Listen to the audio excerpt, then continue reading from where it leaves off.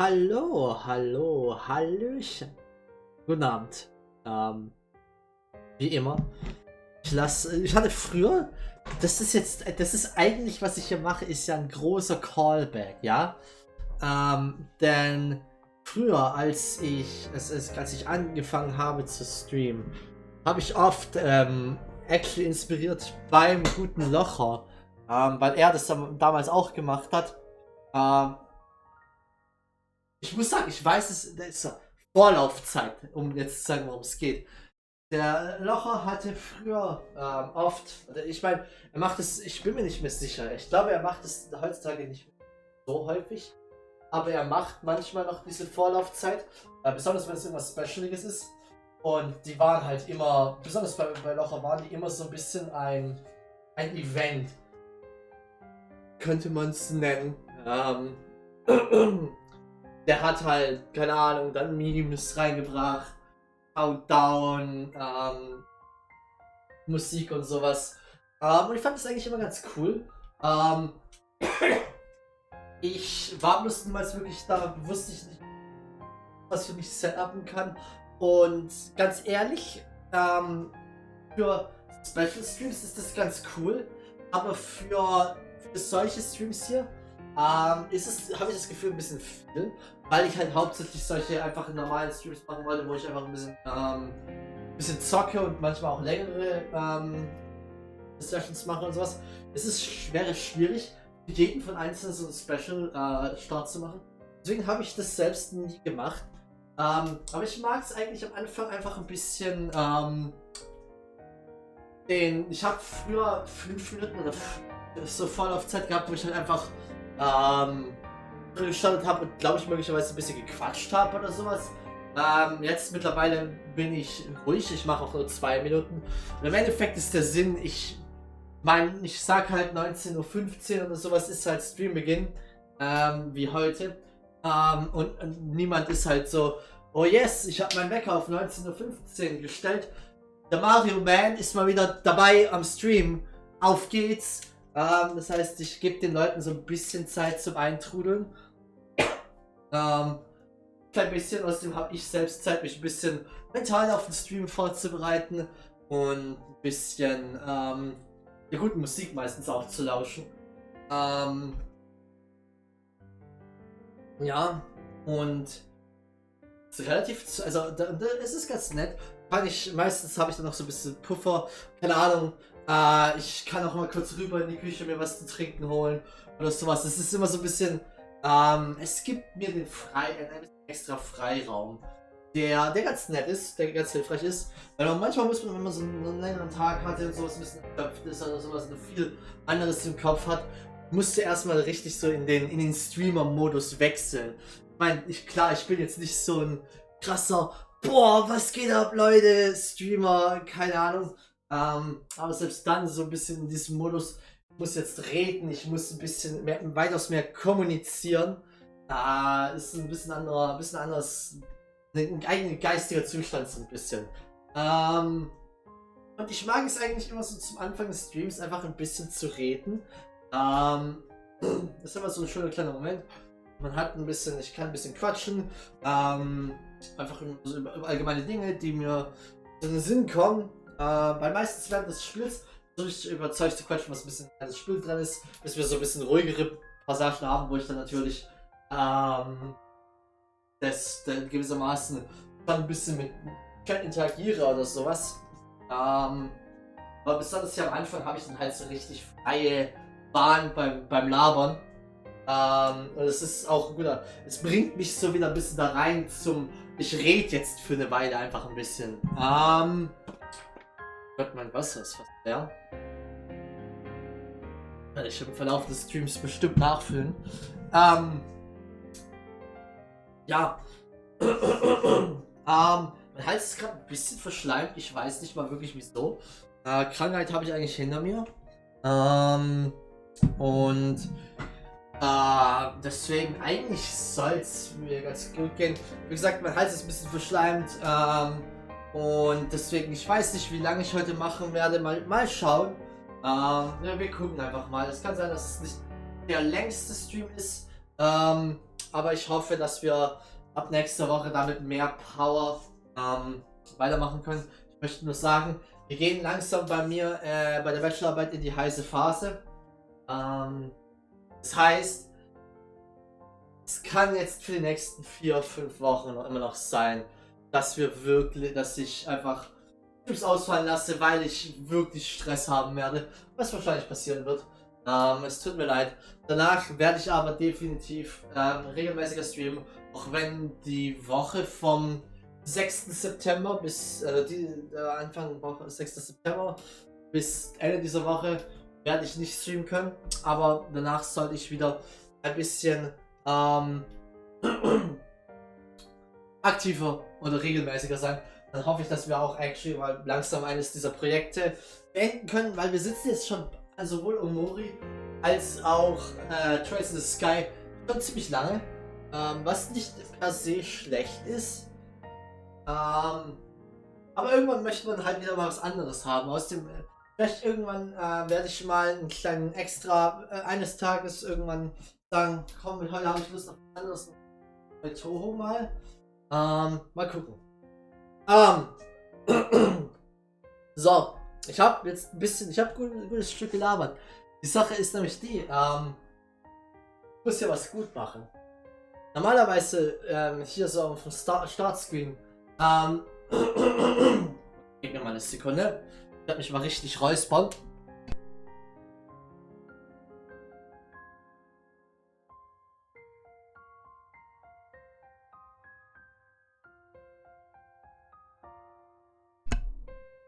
So, nein.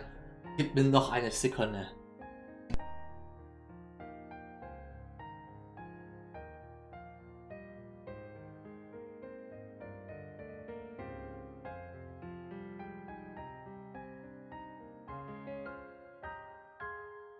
So, hoffen wir, dass es jetzt ein bisschen besser ist. Normalerweise würde ich hier auf dem Startscreen jetzt ein bisschen drüber reden. Was haben wir beim letzten Mal gemacht? Was haben wir erreicht? Sache ist die, und das ist das große Problem. Der letzte Trace in the Sky Stream ist glaube ich, über einen Monat her. Oh Gott, was ist mit meinem Hals los? Ja. Und ich habe keine Ahnung mehr. Ich weiß, wir haben das kleine Mädchenrennen eine Erbelreue Villa getroffen und sind mit der zurück in die Hauptstadt.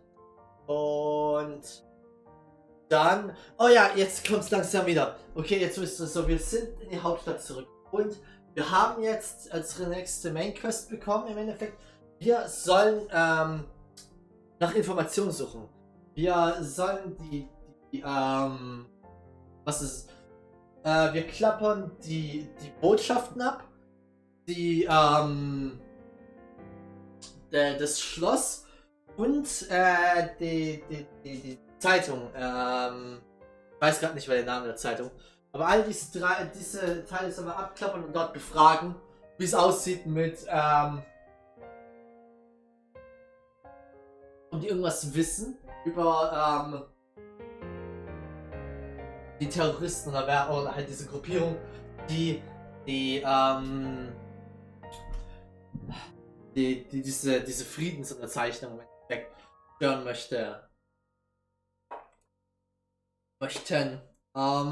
Wir waren in der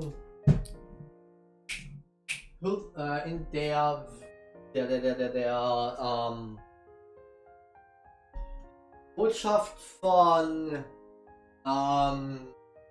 Halvard und haben dort mit der Ambassador geredet. Wir haben gleichzeitig auch, wir haben hauptsächlich für eine Weile die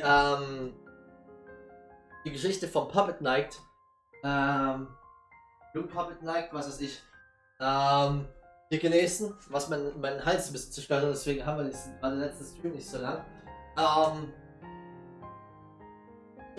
Vielleicht war der auch gar nicht erst einen Monat her, sondern war der letzte Woche oder so. Aber ich habe es bloß davor. Ne, der müsste eigentlich schon länger her sein. Ja. Und ja, ich erinnere mich nicht mehr hundertprozentig an das Gespräch mit der Ambassadorin, aber ich glaube, wir haben es beendet und sind jetzt gewissermaßen wieder am Gehen und auf dem Weg zum nächsten Ort. So, und jetzt haben wir 12 Minuten, 12,5 Minuten. Und mal kurz. Hallo? Ich renn. Okay, ich muss das Spiel mal kurz neu starten. Und das gucke ich kurz auch was nach.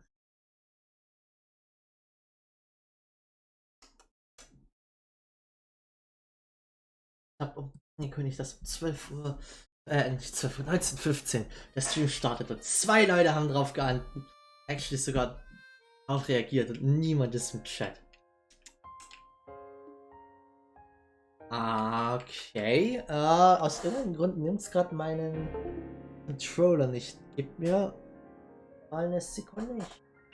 Ich nochmal neu anschließen. Wenn nicht, muss ich das Game den Controller neu anschließen. Und dann nochmal versuchen. Okay, der Controller wird immer noch nicht erkannt. Dann lasst mich das ausmachen. Controller abschließen. Wir warten jetzt erstmal so 2-3 Sekunden. Wir tun den Controller wieder anschließen. Der Controller startet sich. Okay. Okay. Das ist aus der Dunkelheit kommt der eine, der actually nicht auf meine Nachricht reagiert hatte. Gute Power Freak, guten Abend.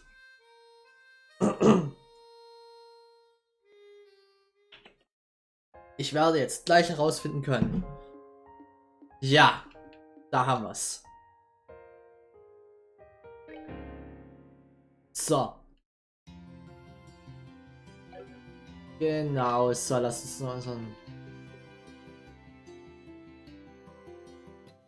Ach ja, genau, wir haben auch noch das hier und das müssen wir glaube ich, das ist...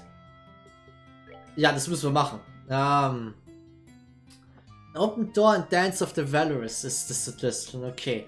Aber wir haben das ist...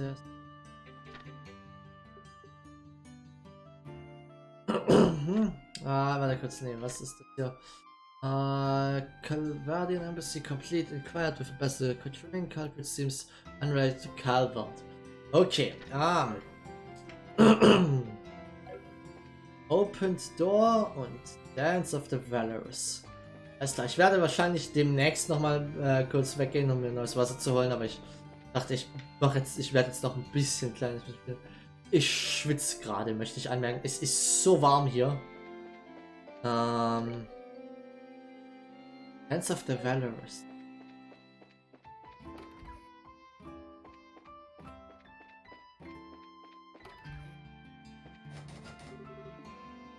Die Sache ist, die Dance of the Valorous lässt mich an sowas wie einen Ballsaal denken. Das bedeuten könnte, dass wir es in dem Grunsel Castle finden könnten.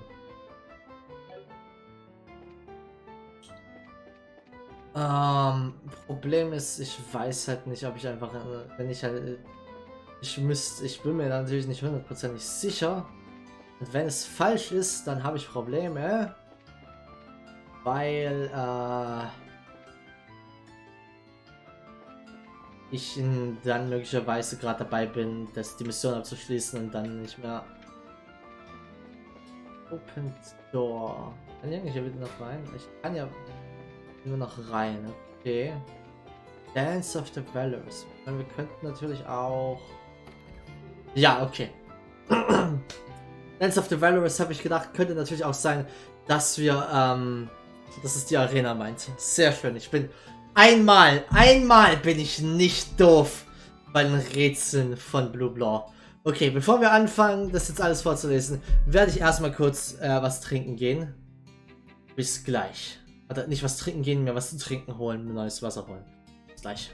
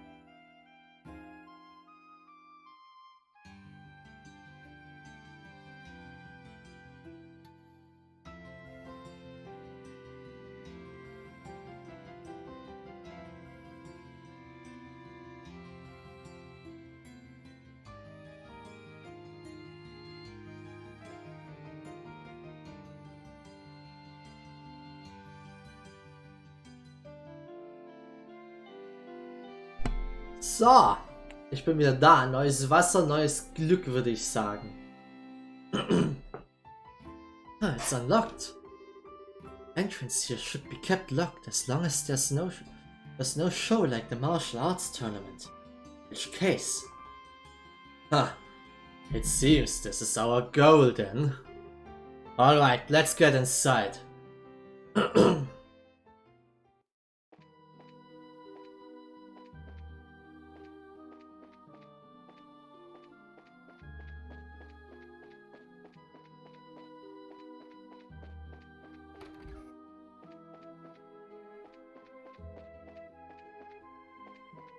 Hatten wir.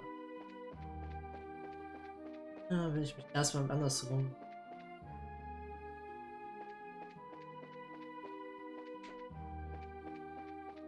Also müssen wir wahrscheinlich in die Arena schon rein dafür.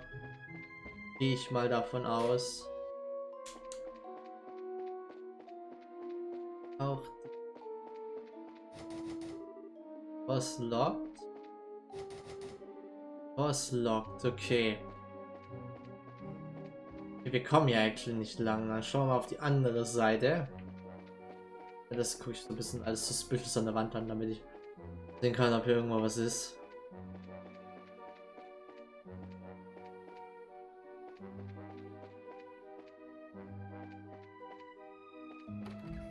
Das ist offen.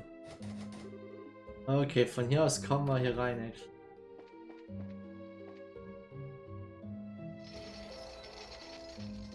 Wir werden doch bestimmt einen Fight haben. Das ist eine Arena.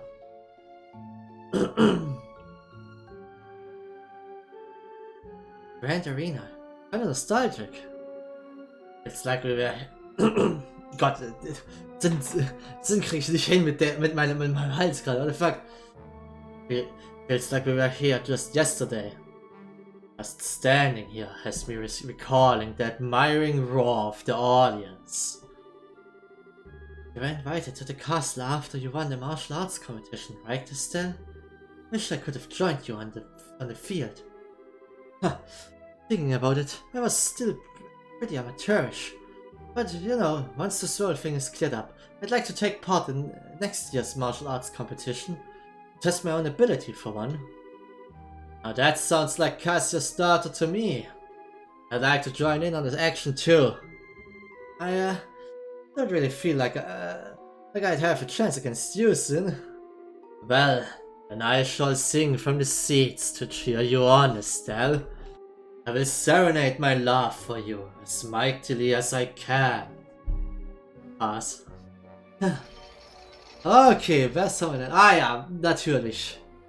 What the fuck ist das für ein riesiges Gelatinmonster? Monsters? It feels reminiscent of some old Colosseum games. The setting is certainly apt. It's a pity we lack an audience. Here they come. Alles klar, wir haben Fighting Time. Währenddessen, nebenher, ich habe auch natürlich heute Abend mal wieder einen Energy Drink dabei. Ich habe heute was Abenteuerliches. Der steht jetzt schon eine Weile bei mir im Kühlschrank und ich habe den eine Weile nicht. Ich habe den eine Weile ignoriert. Es ist der Rockstar mit Hanf. Prickly Cactus Flavor. Ich weiß nicht, warum ich mir den damals geholt habe. Ich war neugierig, aber eigentlich bin ich kein großer Fan von sowas. Aber ich hatte es mir geholt und ich meine, jetzt steht er schon so lange da. Deswegen dachte ich, komm, heute ist der Tag, Mario. Es ist an der Zeit. Und deswegen testen wir den jetzt mal ganz kurz aus. Ich habe ihn jetzt schon so lange ignoriert auf meinem Schreibtisch. So.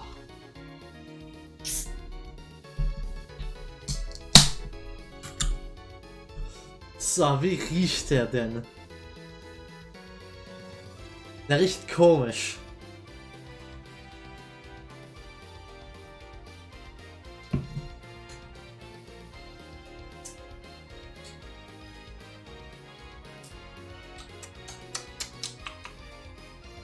Gebt mir mal nach einen Schluck.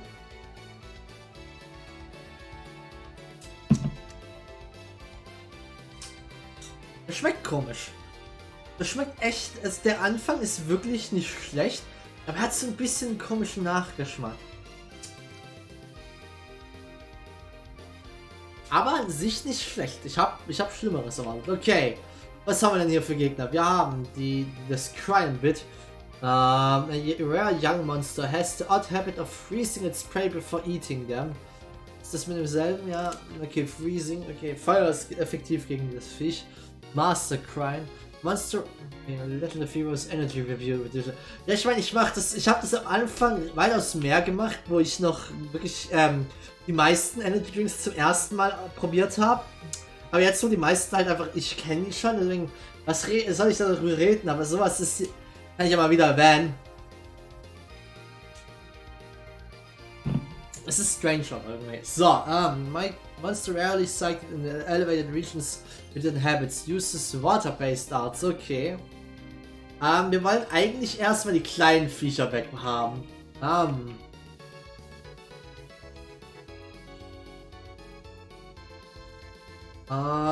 Okay, wir müssen erstmal ein paar normale Attacken machen. Für Jin, weil ich möchte, dass seine CP über 100 ist für den Fall der Fälle. Sehr schön, dann haben wir das. Das Viech wird jetzt... Das machen die natürlich. Habe ich irgendwas...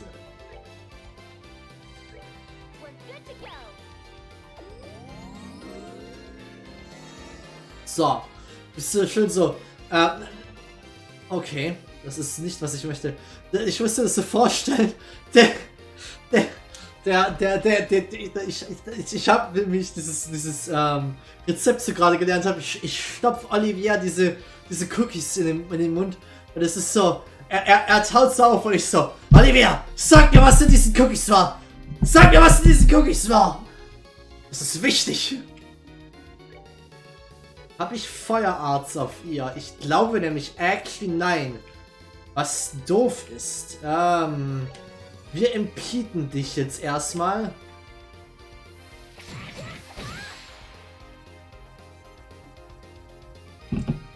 Und Olivier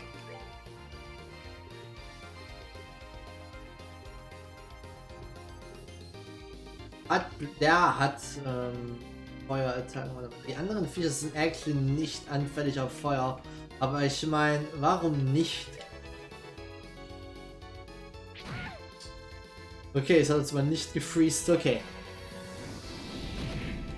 Oh, das ist nicht schlecht. Okay, wir wollen eigentlich...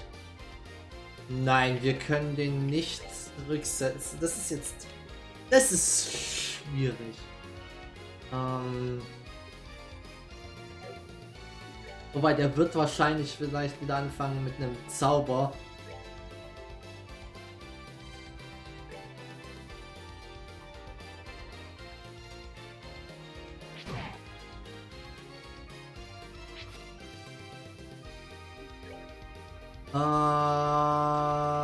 Den von denen machen.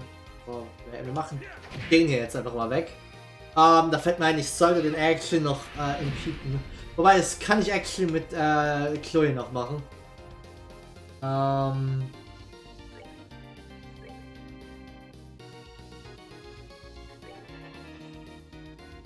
Oh, das so. Davon direkt 3 Leute. Einer davon ist auch jetzt schon tot. Das ist ganz nett. Und Chloe, du impedest. Ne, Craft impede den hier mal. Ich hätte vielleicht darauf achten sollen, dass Chloe absolut keine CP mehr hat. Okay.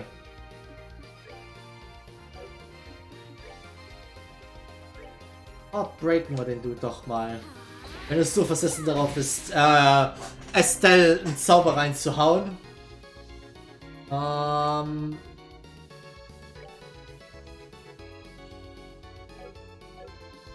Ganz ehrlich, wir kriegen den vermutlich durch normalen Attacks schon down. Ja. Das war doof, actually.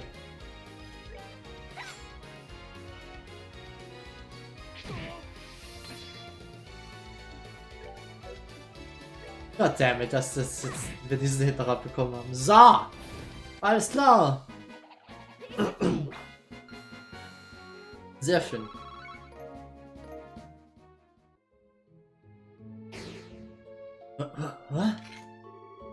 What was that?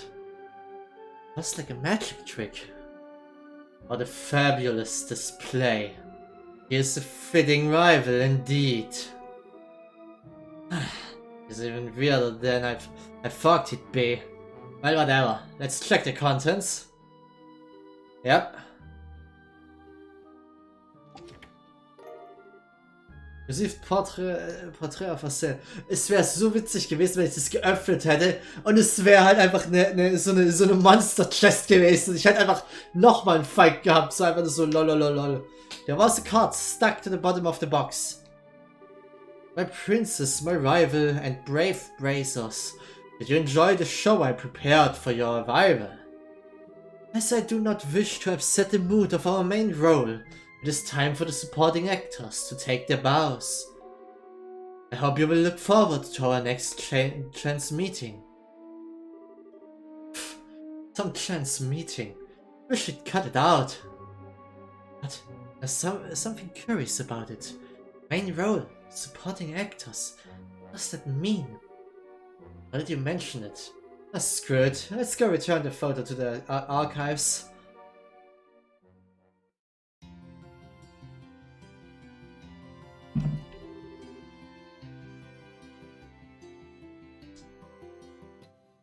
Ich muss aber sagen, zum Energy Drink nochmal, der Name Prickly Cactus passt irgendwie echt gut auf den Geschmack, finde ich. Es hat dieses pricklige Gefühl.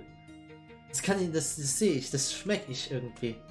Ich weiß, es tut mir leid, ich höre auf, über Energy Drinks zu reden.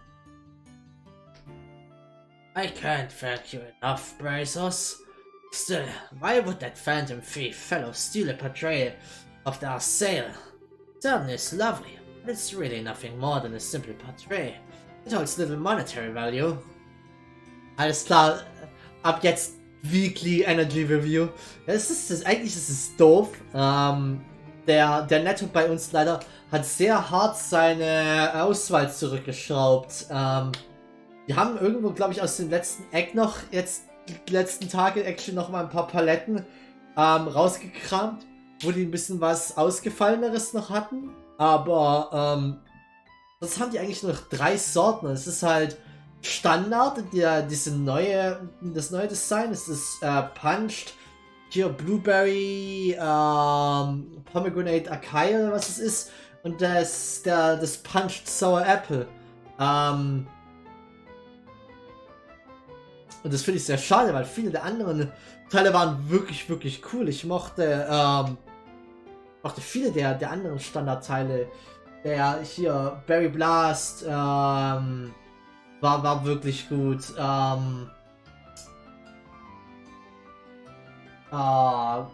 Hardcore Apple fand ich nice. Von den Beerenteilen das Sour Cherry war wirklich, wirklich geil. Aber die sieht man irgendwie nicht mehr. Was ich sehr schade finde. Ich weiß nicht, ob das jetzt von Rockstar ausgeht oder von unserem Netto. Aber ich hoffe, ich kriege ein paar von ihnen wieder in die Hände, weil obwohl ich eigentlich die 3 Sorten, die sie haben, mag, wenn es nur noch diese 3 Sorten gibt, dann ist das so ein bisschen schade. Deswegen, als ich im Laden war und gesehen habe, dass sie irgendwie so eine Palette rausgekramt haben, wo noch andere Sorten da waren, habe ich erstmal direkt ein paar mitgenommen. Direkt so, komm, auf Vorrat. Ich horde jetzt. kurze Tangente gewissermaßen. Ich war heute auf dem Weg, also ich war heute kurz einkaufen. Auf dem Weg kam ich an so einem Auto vorbei und ich schaue das so rein und in diesem Auto auf dem Rücksitz sind einfach 3 Paletten voll Red Bull und ich denke mir nur so, der Typ will in den nächsten 2 Wochen nicht schlafen. Ich weiß nicht, wofür du 3 Paletten Red Bull kaufst. Und ich hoffe, dass er die nicht nur für sich gekauft hat. Okay. It certainly is lovely. But it's really nothing more than a simple portrait. It holds little monetary value. Das hat er gemacht, weil die actual sale hier klauen wollen. Ich sag's euch, bei mir habt ihr es zuerst gehört. Well, he doesn't really care about value as so much as he cares about pulling off a good prank or two. It's probably our fault that the museum got wrapped up in his latest one. Sorry for putting you through all this. No need to apologize, it wasn't your doing. And if anything, I'm very pleased with how you handled this. Excellent work. Missing exhibit completed, sehr schön. That has been a good experience from a management perspective. I will need to be careful to ensure it never happens again.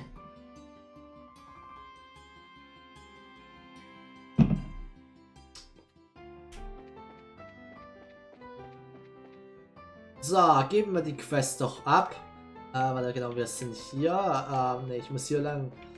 Ich muss mit der rotierenden Kamera klarkommen. Die rotierende Kamera gegen die feste Map.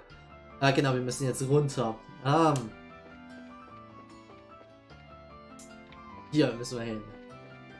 Geben wir das ab. Ich weiß gerade gar nicht, ob wir nahe am Level-Up schon sind. Report. Wir sind nah am Level-Up. E plus noch. Okay. Damit haben wir eigentlich alle Quests, die wir machen können. Das heißt, es ist Zeit für Main Story. Scheiße. Das heißt, ich muss ja jetzt hier lesen.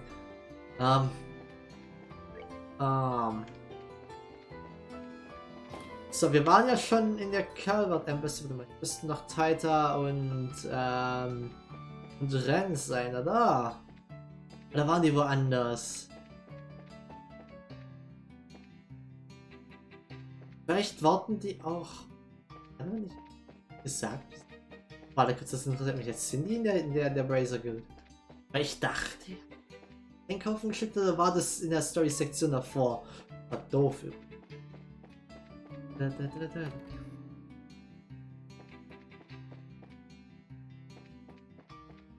Ey, hier oben sind sie auch nicht. Oh, ungeschickt. Fuck. Wir haben unsere Kinder verloren. Der Gate wird mich in 2 spalten. Ganz ehrlich, also jetzt mal ganz ehrlich, dieses Lied ist jedes Mal, wenn ich das spiele, so ein Ohrwurm. Und besonders dieser Part, das ist, dieser Part alleine ist eine Großartigkeit von Musik. Ich liebe dieses Lied einfach. Und es ist so ein simpler Song, der einfach nur random in den Städten spielt.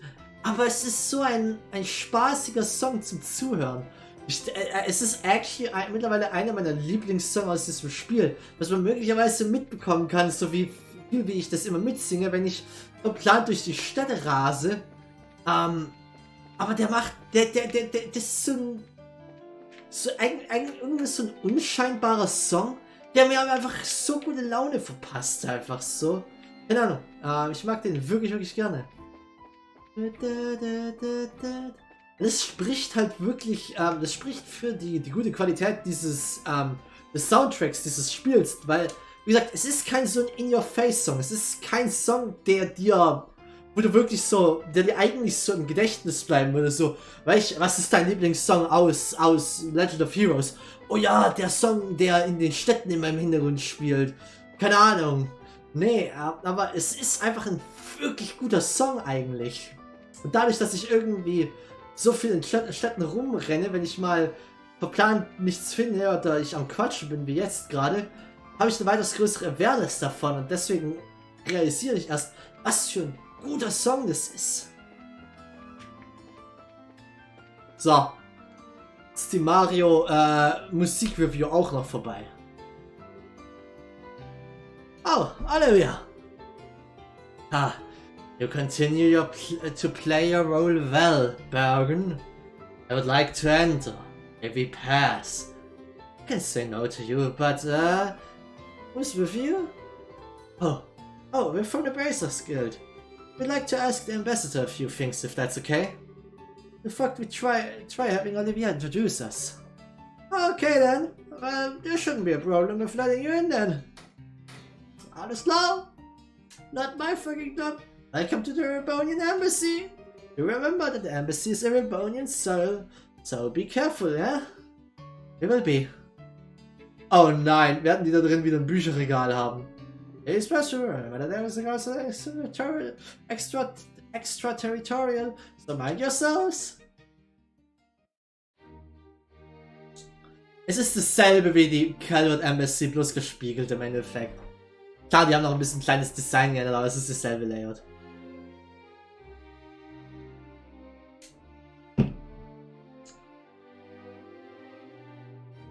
This is quite a building. Oh, this definitely matches the Calvardian Embassy in terms of fanciness. Grandiose, and yet powerful at the same time. It's very imperial, if nothing else. It is a stage upon which the Empire can parade its influence and power. Alas that the actors are unequal to the set dressing. You realize Lord Cranor would hit the roof if he heard you say that. Es ist... Oh nein, jetzt muss ich mir wieder eine Stimme für den überlegen. My most bosom companion. It has been an age. Are you well, dear Müller? It would be better if I could cut you in half and be done with it. I told you again and again to ensure we're constantly aware of your location and you... but 'tis a tactic in evolved love. Did you know absence makes the heart grow fonder? Still bright, you have my thanks. I can only imagine the trouble this idiot's been causing you. Actually, he hasn't been too bad, I guess. He's been really well mannered, comparatively. Well, ignoring the lunatic, I presume you have business here at the embassy? Yes, sir. We would like to speak to the ambassador. Marcel explained her desire to meet with the ambassador concerning the letter. That letter, huh? Right. I'd been somewhat concerned myself, but I'm surprised the guild is acting. This is a request from Brigadier General Bright in the Royal Army, I take it? Technically yes, but we're trying to investigate it as neutrally as we can. You know, nobody's guilty yet till proven, that kind of thing. A commendable mindset. No doubt why he chose you. Very well. I shall introduce you to Lord Ambassador Cranor. I suspect you'll find it easier to gain his trust if I do the introductions as opposed to assert someone. Really? Thanks, Miller. Yeah, thanks. Thank you, sir. Wait. Are you really...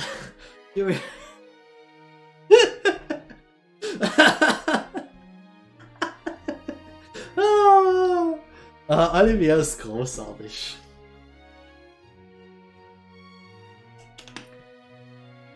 Wait.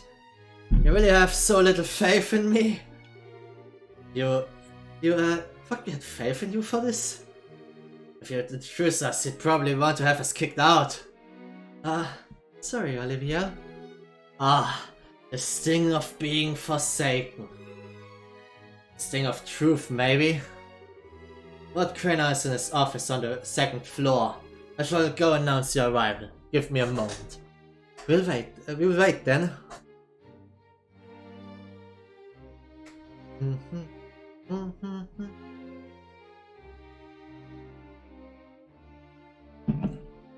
Und mit we'll wait meine ich, wir werden die gesamte Embassy durchsuchen.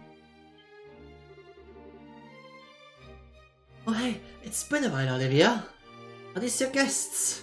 Indeed. One could call them guests, but I'm more inclined to think of them as my soulmates. Our days spent together have been so tender, so sweet.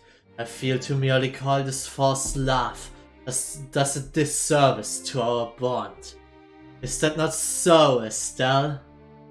My, wait, does that mean you've dumped Müller?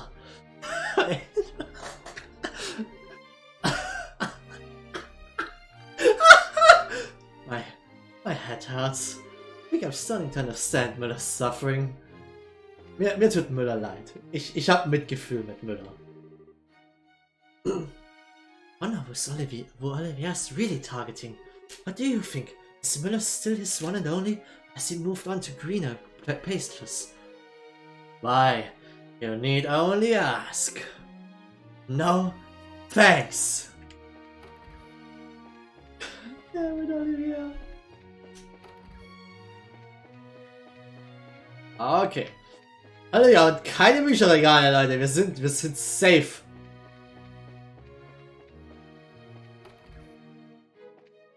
Oh nein. Oh nein. Oh, okay. All the books in this room were published in Libra. To learn about someone's nation, start with their culture. You're free to read them, but please put them back where you found them once you're done. Okay, was haben wir denn hier? The shelf holds the Cornelia series. Und ist das jetzt die Fortsetzung? Okay, Leute, es ist Zeit. Okay. Ach du Heilige.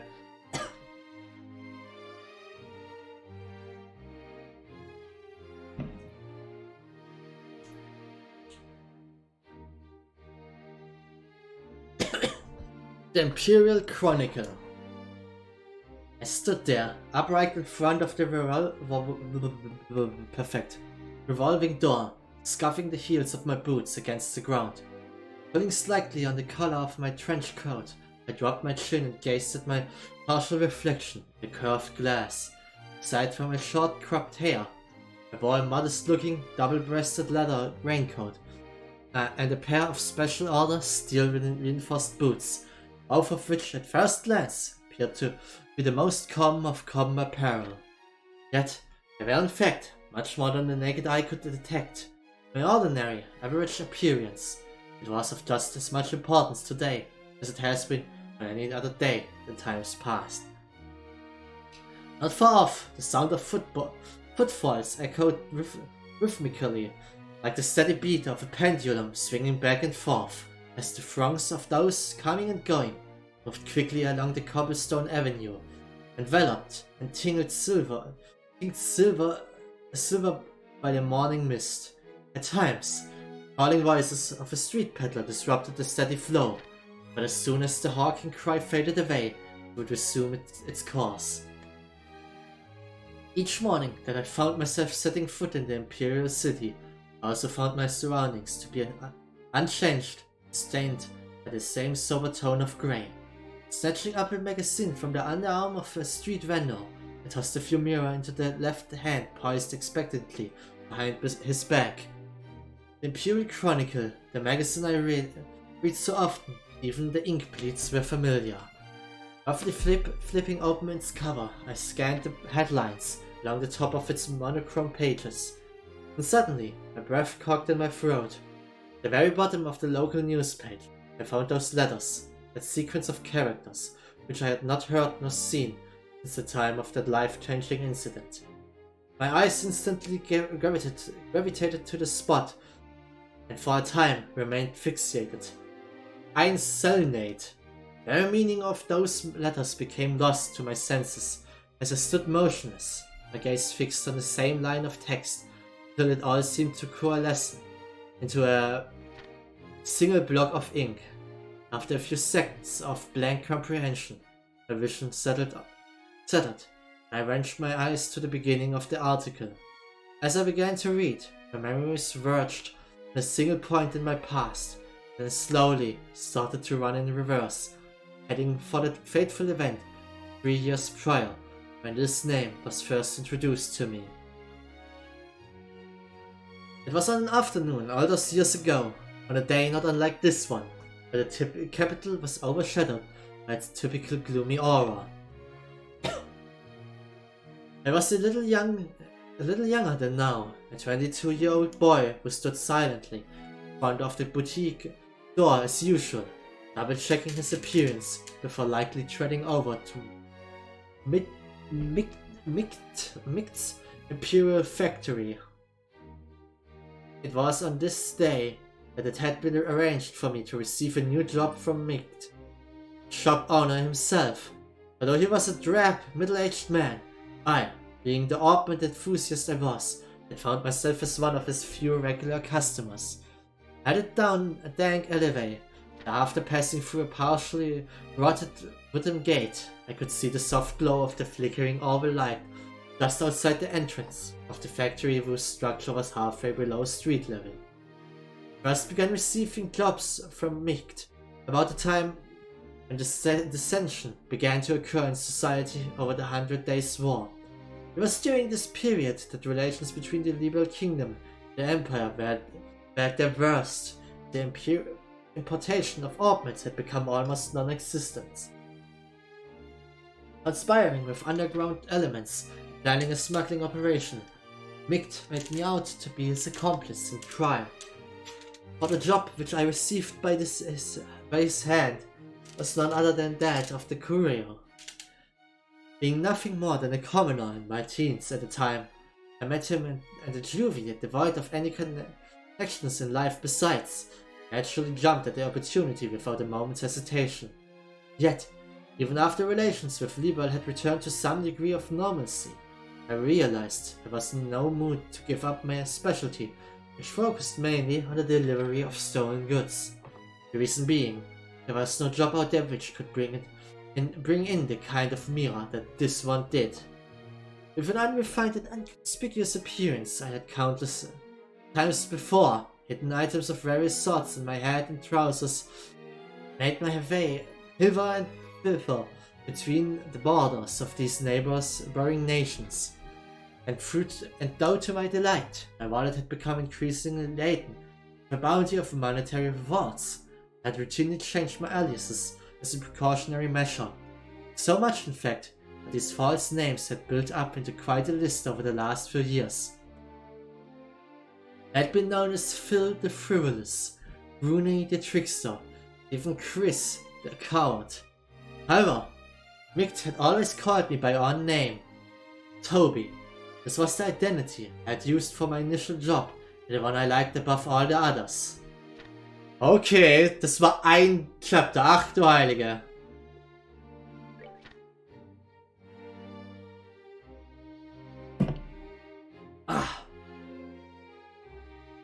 The train station. Hello there, Toby. Come at just the right time. Greeting me with these words, Mick shuffled slightly in his seat behind the counter.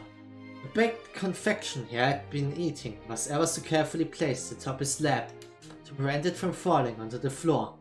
He smacked both of his powerful powdered sugar-covered hands together with a clap, and a cloud of white particles puffed into the air. The smell of sweet spices and baked apple pervaded the dimly lit shop. "You had an item dropped off no more than a few minutes ago," he continued.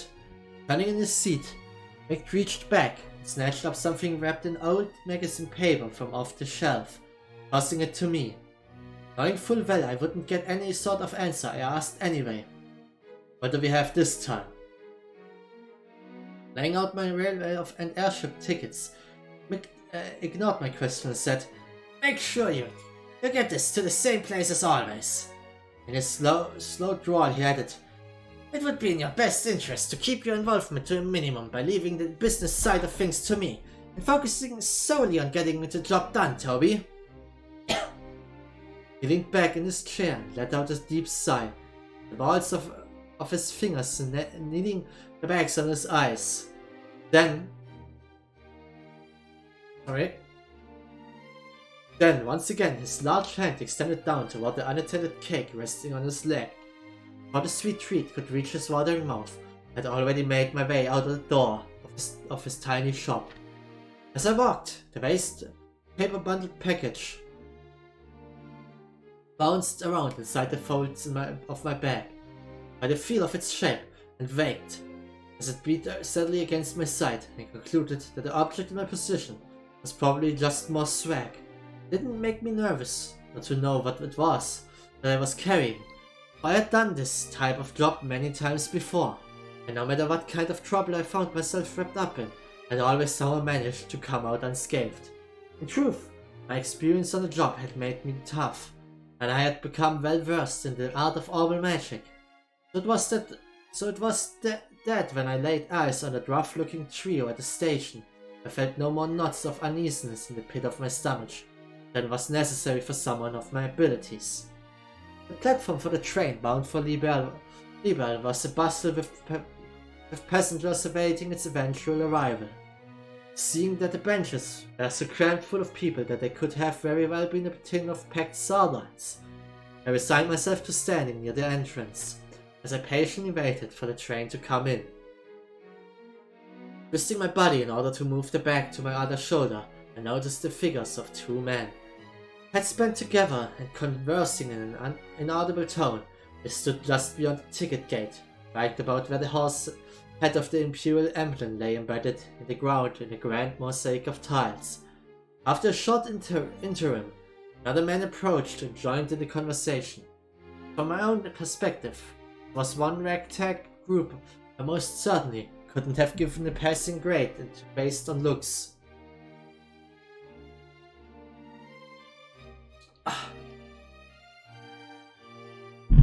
All three were extremely well built and sported the same haircut. To put it mildly, they stuck out in the crowd like a bunch of sore thumbs, making sure to avoid eye contact with them as they glanced in my direction. I slung my bag back onto my shoulder, never so calmly reached my hand into my pocket, ran the tips of my fingers across the surface of my ornament. Woman's voice reverberated within the walls of the station, notifying the passengers that the train had arrived. The low rumble of an orbital engine could be felt in the distance, and after a few moments, a large vehicle was seen rolling up on the shoulder. Okay. I muttered to myself, all is well. But the sound of my voice was drowned out by the din of the massive machine. Brakes screeched, and a flash of black light reflected off the surface of the giant iron beast as it came sliding in across the rails. The immense vibration in the air emanating from the moving locomotive at its epicenter let me know that the orbital engine had been put into full reverse in order to decelerate and bring the train to a grinding halt. While being shoved to and fro by the waves of impatient travelers flooding out of the waiting area, I was swept toward one door of a passenger car. As we passed by the conductor, I caught another glimpse of the ticket gate. The men who were once there were now gone, and the only thing that remained was the profile of the horse made of glossy tiles, staring back at me in a shade of deep crimson. Oh. Chapter 3. Holy shit, die werden länger. Representative of the Septian Church. The train barreled on, almost flying through the thick veil of fog. Droplets of water spattered against the window glass, extending out like transparent veins, and continued to wriggle back and forth under the pressure of the swiftly passing wind. Placing the temple of my head against the glass, I stared blankly down at the tickets in my hand and rubbed the two of them together between my fingers. I would be traveling by train to the border city, far south of its imperial cousin, and then to reach the Libelle Kingdom I would have to transfer to an airship. Both of my tickets were first class, but not the highest end seats available. Passenger car was nearly at full capacity. For some peculiar reason, nobody had seated themselves in the space next to mine. As I mused about the empty seat, it occurred to me that Mick might have purchased the spot ahead of time, leaving it vacant on purpose. There was no doubt in my mind that he was being paid handsomely to make sure this job was done well. Will you be traveling to the Libelle Kingdom, sir? Right around the time my trip on the trails had passed its halfway mark, was met with the sudden question, set up with a start.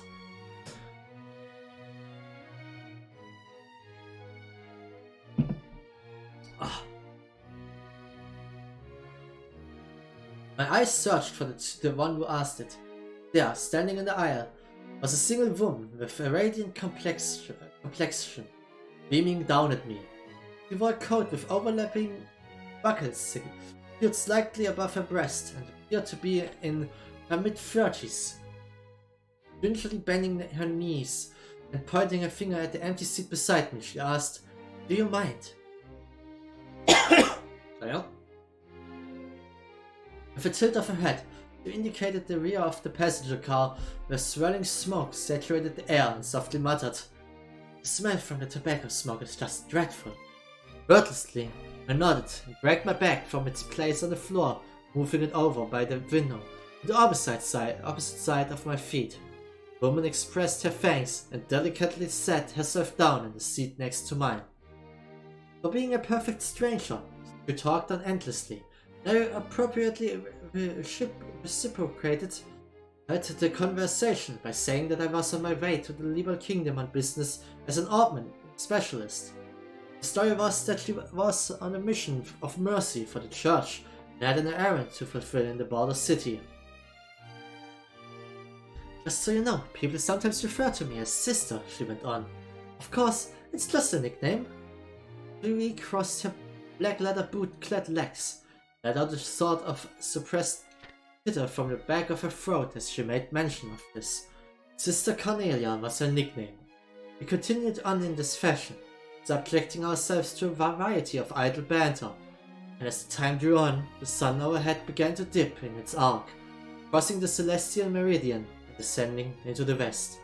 Each time the moving train cleared a grove of trees, the entire vehicle, passengers and cars and all, was bathed in a warm apricot hue, flooding into the cabins, creating a majestic spectacle. Das ist echt gut geschrieben.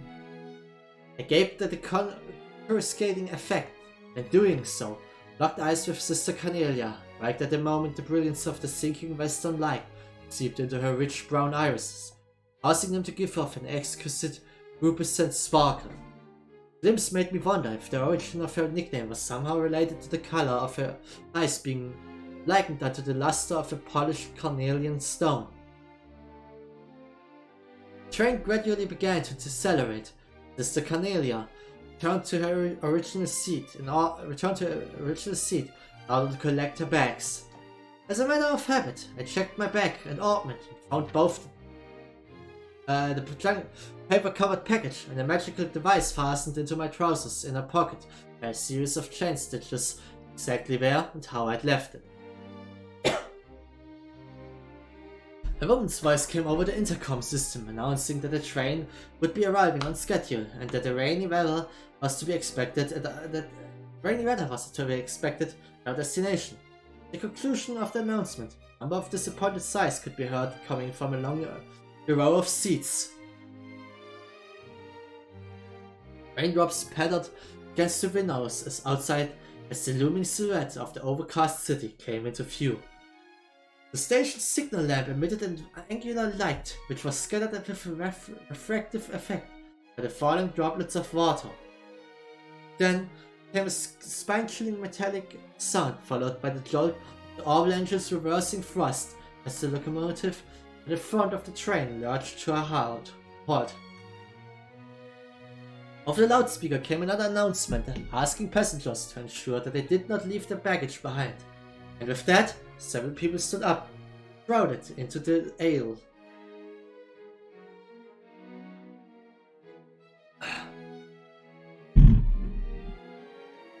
Watching a station worker in uniform, as he waved a small flag amidst the falling rain, picked up my bag and rose to my feet. I crossed paths with Sister Cornelia as I attempted to step into the aisle, but when she tried to step aside and allow me room to pass, she suddenly tripped and fell forward. Grabbing onto my shoulder for support, picked herself up and, with an embarrassed smile, led me by. I gave her a short bow in line with general etiquette practices and headed for the exit ahead of her. Following my lead, hat sie ihn gerade beklaut übrigens, Sister Cornelia shuffled along closely behind me. So close, in fact, that it felt as if she would step on my heels. Something about it just didn't feel right. Instinctively sliding my right hand into my pocket, I searched for my ointment, but the brass feeling I'd grown accustomed to was nowhere to be felt. In an instant, I felt my arm being twisted behind my back by someone or something with incredible strength. The sleek sound of a blade being unsheathed and then a warning prick of the tip at my back indicated the seriousness of the situation. I have what you're looking for, Toby, whispered Sister Cornelia in an almost inaudible tone, her lips barely moving just behind my right ear. Let's not try anything either, shall we? I'd hate to see your afternoon spoiled any more than it's going to be. And to show that she meant business, Sister Cornelia slightly altered the angle of her grip on my wrist, causing an explosion of agony that sent sparks flashing behind my eyes. Das war Chapter 3, oder? Das war Chapter 3. Ach du Heilige. Chapter 4, wir haben ein Viertel durch, Leute. Human Fodder. Boah, es ist heiß. Okay, kurze Pause. Ich werde ganz kurz mein Ventilator an. Also kurze Pause ist gut. Ich werde kurz aufstehen und meinen Ventilator anschließen und immer anschalten, weil ich schwitze hier drin. Es ist verdammt warm geworden aus irgendeinem Grund heute. Oh.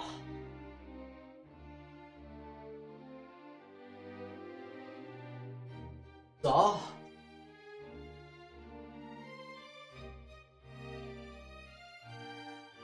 Weil diese muss ich ändern. So, okay. So. Mal. Etwas. Gerade lasst mich kurz hinsetzen. Das ist jetzt nicht so, dass ich nicht die ganze Zeit schon sitze, aber. So. Hiermit sollten wir jetzt unterkühlen und besser gehen. Ich meine, der Ventilator wird wahrscheinlich keine Wunder für meinen Hals wirken, aber hey.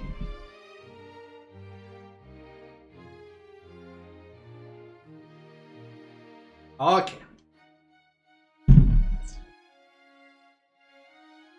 Human Fodder.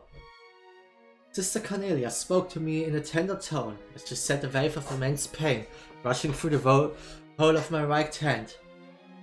I won't have any trouble with you now, will I, Toby? He asked. Far from eyes just brimming with tears, I nodded my head in consent as the salty streams of water ran down my face. Satisfied with my answer, she loosened her grip, and I felt the pain vanish, as if it had all been some sort of illusion. With a wry smile, she further added, "Don't get me wrong, Toby. I've been sent here to protect you by the goddess herself." This is what she said while instructing me to keep my eyes focused on what lay beyond the window glass. Yet, there was something about the way she pronounced the last syllable of my name that really rubbed me the wrong way. Little by little, the line of passengers slowly began to flow out of the train car. Prodded on by Sister Cornelia, I inched forward while keeping my gaze on the platform through the passenger car window.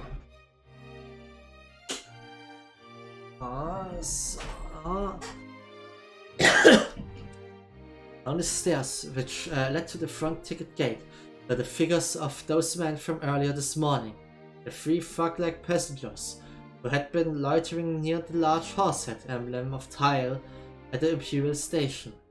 A muffled laugh echoed from her throat as she too noticed them. Well, isn't this a warm reception party you've got going on? Cocking my head, I quietly pleaded, Give me back my ointment." Sister Cornelia said nothing. Members of the crew bid us farewell as we stepped through the exit to disembark the train onto the lead-colored platform below. Angrily, I thought to myself, damn it, what's wrong with these fools? Can't they see what's going on? I shut my eyes halfway to protect them from the drizzle whipping against my face, and unhurriedly descended the wet set of stairs, at a half pace at a time. Sister Cornelia moved along behind me at precisely the same length of stride. Below, the group of thugs waited expectantly at the bottom of the stairs. Waited for me, no doubt. Contemplating the rate at which I was going, I ultimately believed it was only a matter of time before I would be handed over to the enigmatic group.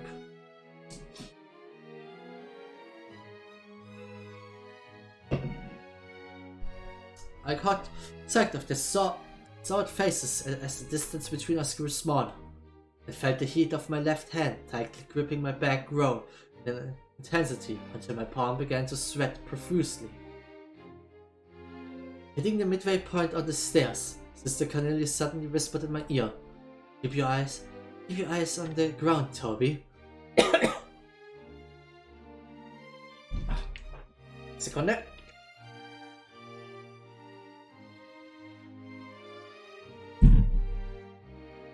I did as I was told and cast my gaze down upon the tips of my boots, stained to a darker shade by the rainwater. Then, right at the moment I let out my breath, I felt a deep sense of pressure just below my shoulder blades as I was forcefully shoved forward. Droplets flew from my saturated fingers, and my world turned upside down as I tumbled down the stairs and stamped back first into the group of hoodlums. With a muffled crunch, I felt the painful sensation of my ribs crumple under the weight of my body and then return to normal from the severely compressed state. Two of the seemingly military men who were hit as I toppled down the stairs, like an avalanche unleashed on a pair of young saplings, absorbed the transfer of force and were thrown into a large puddle collecting on the ground nearby. Shrieks erupted from startled passengers nearby, more shrill than the high-pitched sound of the railway brakes from a decelerating locomotive. Yeah. Oh.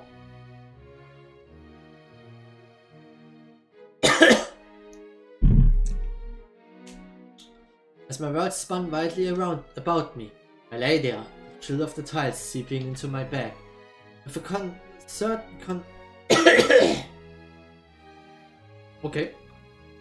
With a concerted effort, I rolled my eyes to the left, where my arm remained in an outstretched state. As some act of the goddess, I had managed to keep my tight five-finger grip on the bag I had been carrying. In an effort to get up, I slid into a prostrate position, keeping my chin in contact with the ground. Making a low visual sweep of the vicinity as if my life depended on it, I noticed the military-like physiques of the man had vanished from view.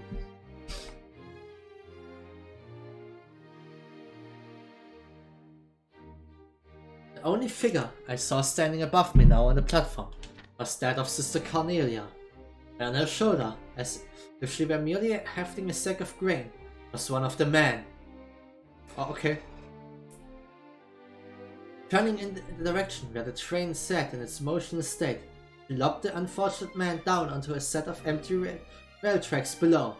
By this time, I had risen to one knee, while keeping the other planted firmly on the ground in a half-standing position. The world in front of me was still swaying, undulating in my wavering eyesight. I had slowly rocked back and forth with it as the double vision of Sister Cornelia's boots approached me. Then, with a strong grip, she tugged on my hand.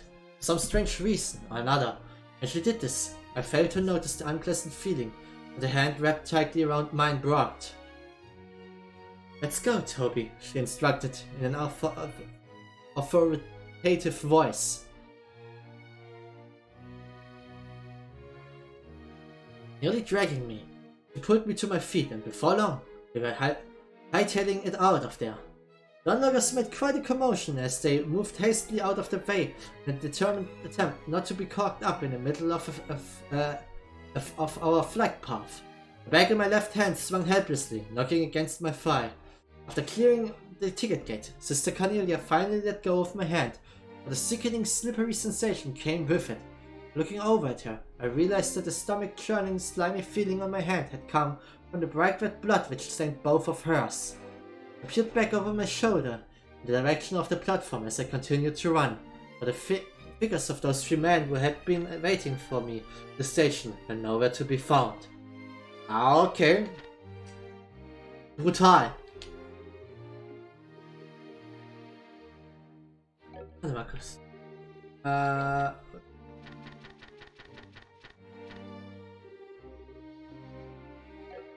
Scheiße. Okay, 5. Emissary of the suburb. I sat staring at a partially melted lump of butter on a stack of cold pancakes. Picking up a fork, I poked at them. After turning the top one over, I daubed the milky yellow substance between the rubbery layers. Doing so, interest in what sat atop my plate faded to nil. A hanging lamp dangled overhead, making a sporadic buzzing sound as its honey-colored light flickered, creating glittery shadows, distorting my vision within the inn. The pouring rain outside didn't appear as if it would let up anytime soon either. Bringing my face closer to the window, I peered through the film of water flowing down the outside of the glass as I tried to make out the dimly lit avenue. Although the station house sat right at the end of the road from where we were lodged, all that was visible was the side of the structure obscured by a shadow which prevented me from being able to see the platform.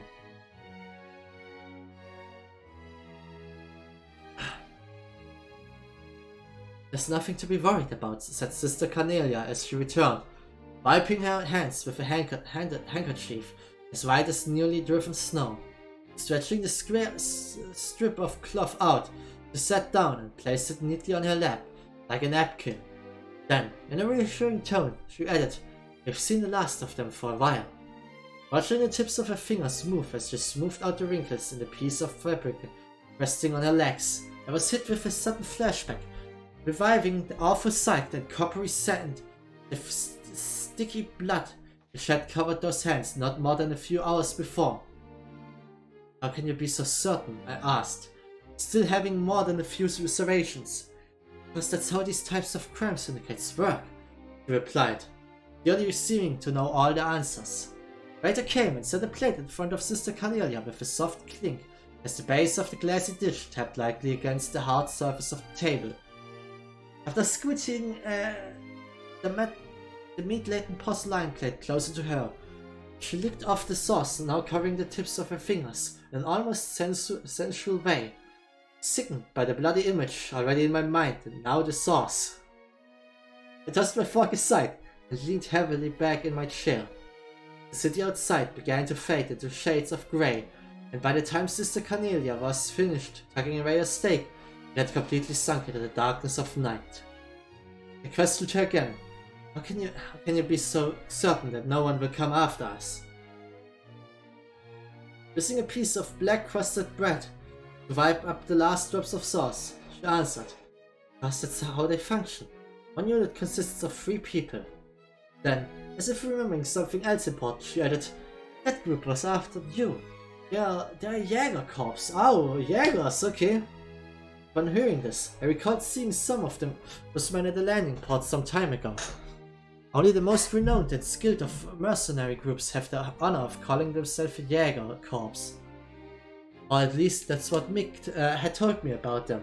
They are soldiers of fortune who were set to relentlessly follow the flow of mirror wherever they happened to lead, and they would stop at nothing to get at it, even if it meant spilling blood.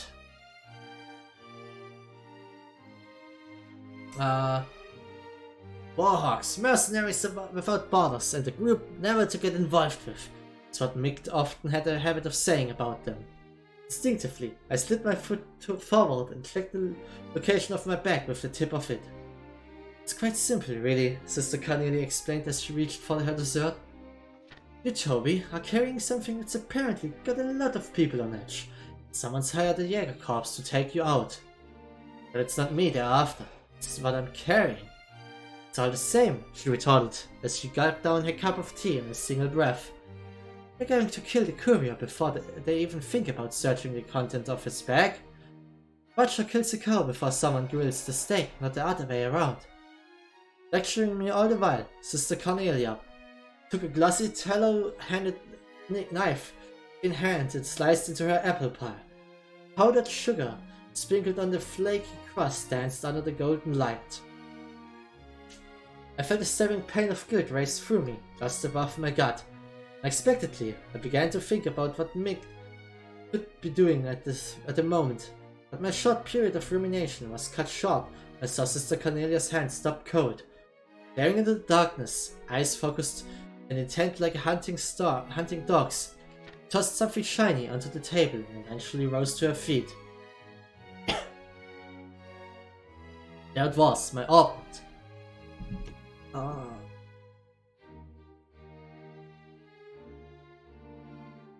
Where are you going? Without pausing to answer my question, Sister Cornelia expeditiously fastened her buckle of her coat. You've got good taste, Toby. One at a time, she set her heels on the chair and tightened her bootlaces. Using the full capabilities of that ornament is no small feat. I think even most bracers would be in for a real surprise if push came to shove with you in the ring. Growing even more impatient, I asked again. So is it exactly that you're going? It's none of your concern, came the answer. Suffice it to say, I will be seeing you again on the morrow. With that, Sister Cornelia disappeared through the door of the women's restroom. As if exchanging places, two other men entered the restaurant. They walked directly to the table at which I sat and stood before me. Flashing the emblem on his chest and without making any sort of eye contact, one of the men said, "You're with the Bracer Guild. I apologize for disturbing you in the middle of your evening meal, but you'll need to come with us."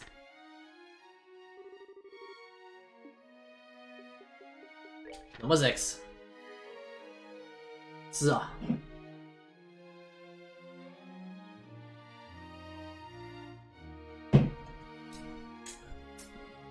Ich hätte diesen, den Stream, die Lesestunde mit Mario nennen sollen oder sowas. Ich habe nur so halb erwartet, dass die actually nochmal so eine lange Geschichte haben. Die ist jetzt echt lang, muss man sagen.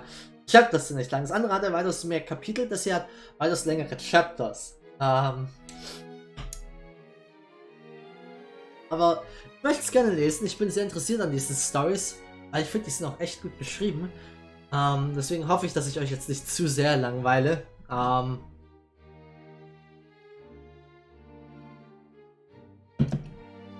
Das einzige Problem ist, ich spüre jetzt schon wieder, es geht auf meinen Hals. Deswegen weiß ich, wie gesagt, ich weiß nicht, wie lange wir heute machen werden. Aber ich werde einfach mal ein bisschen spielen. Ich will eigentlich gerne ein bisschen weiterkommen hier in dem Game. Ascertaining the inner workings.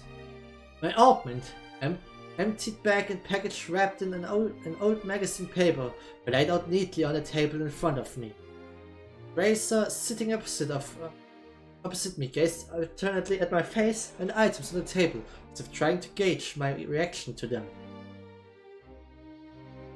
Constantly rubbing his chin between his fingers, it appeared to me as though he were making an effort to display his right hand, snugly fit within a leather gauntlet. I had been led to the second floor of the lodge by the two men, and then, after they had painstakingly checked the layout of the floor, I was taken to the farthest room from the stairs. It occurred to me that the reason for the use of the makeshift space was due to there being no guild branch nearby. The first man to sit in front of me was the lanky one. He told me his name, but I soon forgot which one was Clayton and which one was Pable. By the time I had finished being frisked, the bracer wearing the gauntlets, Clayton or Pable, whoever it was, returned and whispered something into his partner's ear. It seemed as though they were trying to locate Sister Cornelia, but having no luck.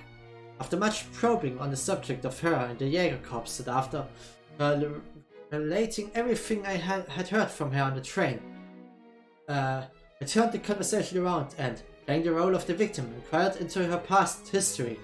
But strictly speaking, I guess I was in fact the victim.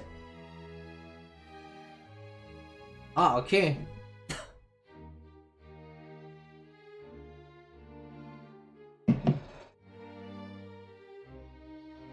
My name is Selenade.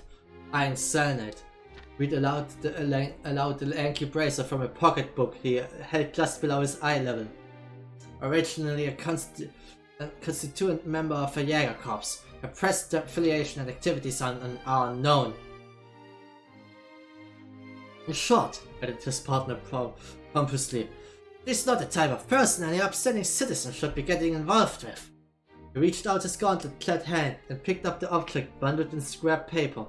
Checking my reaction all the while, he unwrapped the paper, laying it out flat in the center of the table.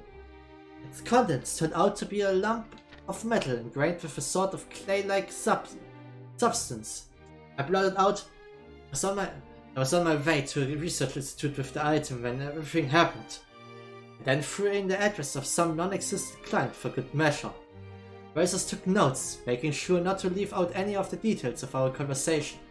Then, to dispel any lingering suspicion, I agreed to stay with them under their watchful eyes for the night.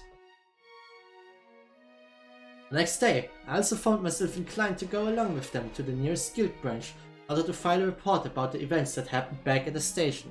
But I had no qualms over the matter. My greatest concern at the moment, after all, was not running into any more trouble. I awoke as the sun came up over the horizon and day broke.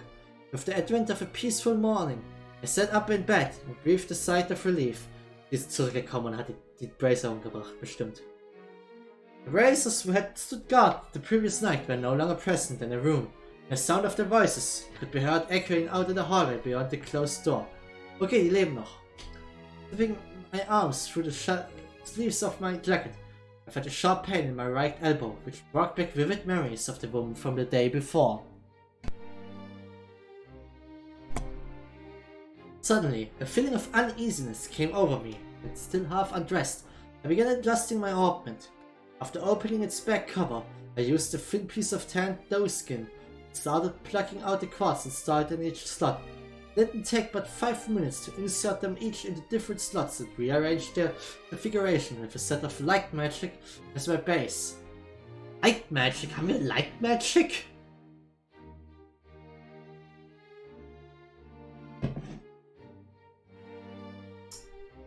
Wir haben noch keine Lichtmagie. Wir haben Feuer, Wasser, Erde, Wind, Space, Time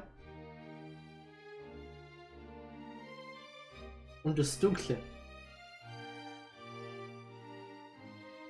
Oder meinen die halt einfach leicht, halt in leichten Form von leicht.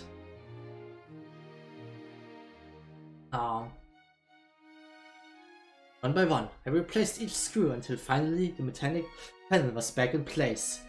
And as a feeling of calmness set in, I rolled back over in bed. It was at that time that a tall woman, appearing to be a maid, opened the door. Beautiful felt I shrugged. Die Beute. Okay. Hallöchen. Guten Abend.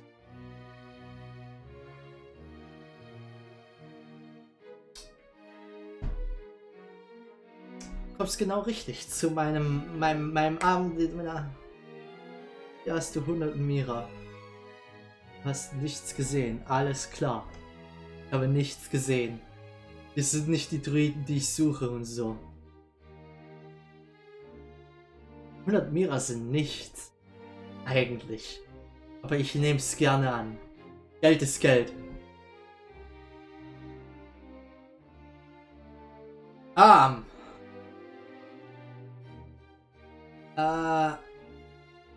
It was at that time that a tall woman, appearing to be a maid, opened the door, carrying a basin of hot water for the sink, with which guests could bathe and wash their faces.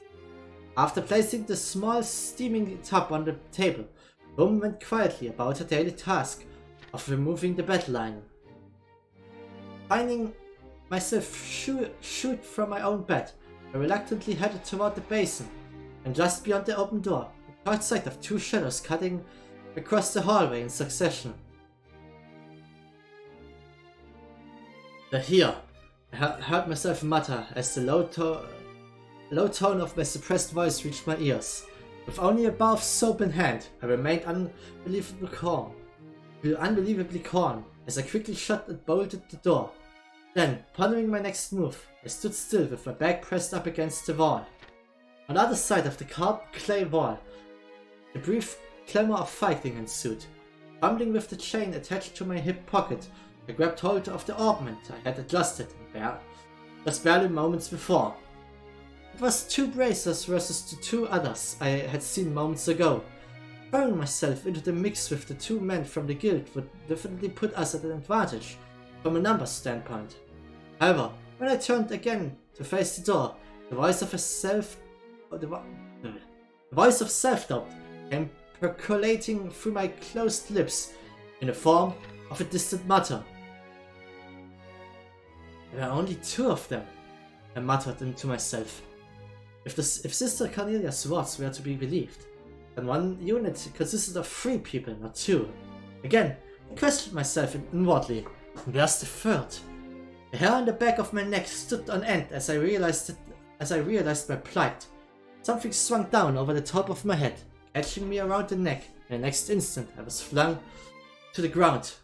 From the corner of my blurred, spotty vision came the inexplicable view of a woman with demonic, bloodshot eyes standing over me, trying to wrench the very life out of me with every twist of the sheet had wrapped tightly around my throat. Touching my ornament in hand, I activated it and fired off a burst of magic by lying half as asphyxiated on the wooden planks of the room floor. The destructive vortex of compressed air sliced deeply into my hip, but at the same time caused the woman to double over before forcefully blowing her to another part of the room. Shreds of running line flecked and sprayed with fresh blood blasted out through a gaping hole in the wall. A closed window here once stood, leaving nothing behind but shards of broken glass, and the frame rent beyond all repair. So, warte, das war das Chapter 5. Ne, das war Chapter 6 sogar.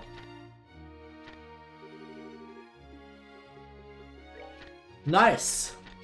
Alles klar. Wir haben die Hälfte durch, Boys. In einer halben Stunde können wir auch weiterspielen.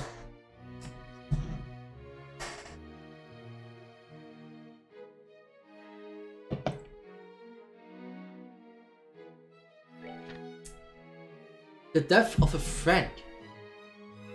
Wheezing, I breathed in, sound high and whistling as the air fought to make it through my constricted windpipe. Still clutching tightly to my ornament, I unwound the sheets from my throat, utterly exhausted.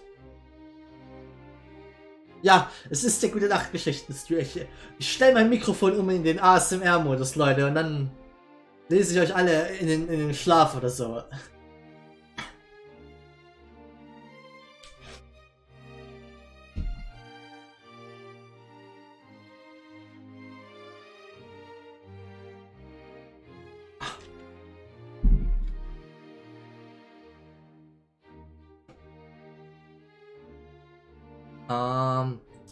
Utterly exhausted. I tilted my head on its side, das Teil ist auch noch 15 Seiten lang mal wieder, and watched with reddened eyes as a small stream of saliva dribbled down over the edge of my mouth and pooled onto the floor. When fresh air finally made its way into my lungs, it initially choked me nearly as badly as the sheet had. A thump from somewhere behind startled me from my fit. The Jäger Demoness, like a spring-loaded doll, leaped up from the floor of the room. The single shot of magic I had previously landed on her when her gut should have done the trick, but the fluid way she moved about made it appear as if she were unfazed by the blast.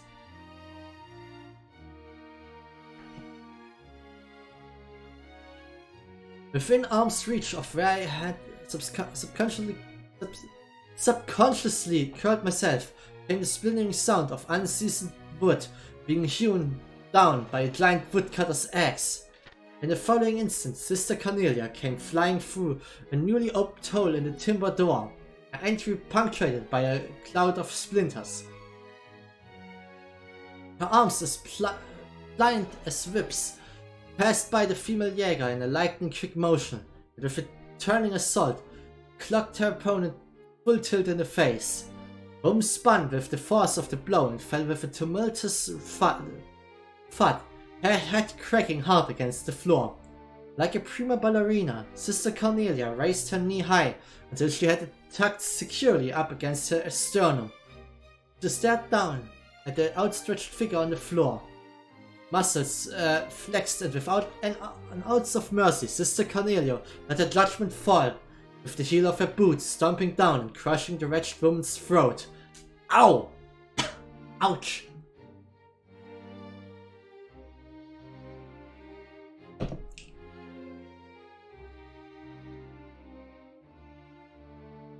As I witnessed the grotesque and unsightly scene, Sister Cornelia gave a quick glance in my direction and beckoned me on. Then, with a nimble hop into the unknown before her, she cleared the broken window frame and lighted it to the ground below. Quickly scraping my belongings together, I made after her in the same manner as she had left, out the window with a 2-story drop to the cobblestone side road below. Waiting close by and helping to break my less than elegant fall, Sister Cornelia led me on as we took flight along the avenue, brightly lit by the morning sun. The evening blare from an Orville engine's whistle indicated that the first train was about to depart. Sister Cornelia immediately pulled the ticket from out of her coat pocket and held it out to me from the side. Reaching for the fluttering strip of paper between her fingers, I realized that I was still carrying the bar of soap from before, so I chucked it, not caring where it landed or who it might hit. I bought the ticket. Das ist wichtig für die Story. Dieser Soap-Throw ist ein integraler Part der Story. Der wird später im Endgame wichtig. I bought the train. The smoggy haze from the incessant smoking of the nattering gentleman had permeated into every nook and cranny of the passenger car. There was also the smell of newly printed publications and the occasional sound of someone clearing their throat. It felt rather awkward to have boarded the train bound for the Imperial City with my bag still in hand. Do you know what your problem is, Toby? Sister Cornelia remarked. You're just like that ointment of yours. Using a white handkerchief, she stanched the flow of blood from her leg, which had been lacerated by the spinning arrow blades of the magic. As you get yourself into trouble, you keep digging yourself in deeper until someone comes along with a billy club and backs some good sense into you. Placing a folded magazine on my lap, she tapped on it with the nailed tip of her hidden index finger, indicating that I should read what was inside. It was a copy of the Imperial Chronicle, which had been published just that morning. A several-lined article, buried pages behind more titillating news, told of the suspicious death of one Orbital factory owner somewhere within this capital. This was the first time I'd ever become aware of Mict's real age. Sister Cornelia continued her lecture as she mercilessly upbraided me for my reckless behavior. You missed being caught up in all of this by a hair's breadth, she informed me coolly.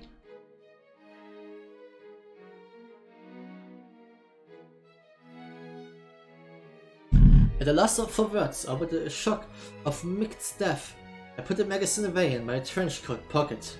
Another 5 minutes in that shop, you would have gone to meet your maker too. I shook my head with trembling lips. Let my thoughts fumble out of my mouth. I just don't get it. Why did Mict have to die? Images of Mict's cold body behind the counter alternated in my mind with that of the lump of metal wrapped in scrap paper. Just what the hell had I been carrying all this time, and why did anyone have to die over it? I pondered at length. Sister Cornelia met my eyes and held them. Because it's an artifact, she said simply. An artifact? I scoffed as I blew off her answer. It's not like I haven't carried a bunch of them before. Artifacts, in short, were the remaining legacy of an ancient civilization, and a generic term for any unidentifiable mechanism, which resembled that of an orbment.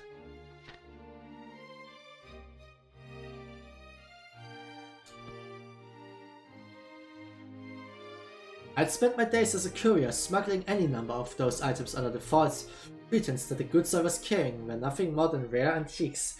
Steadily placed them in the hands of those aristocrats among whom they were especially in vogue.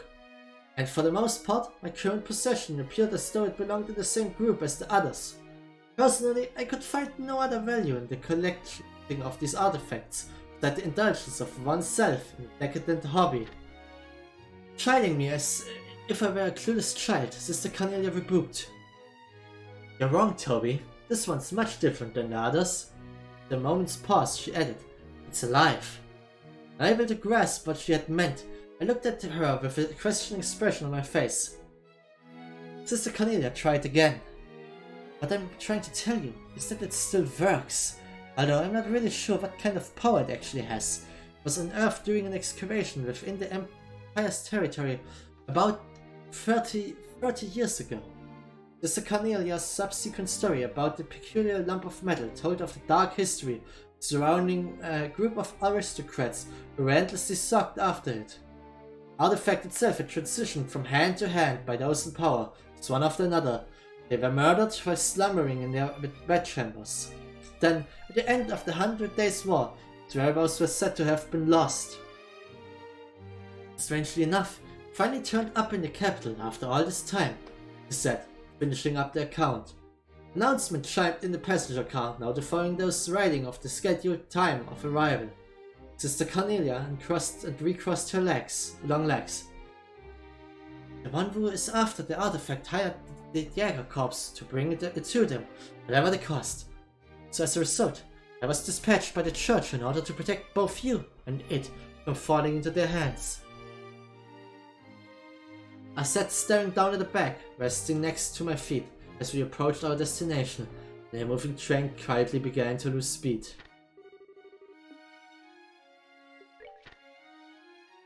Okay. Wir sitzen ja schon knapp 40 Minuten.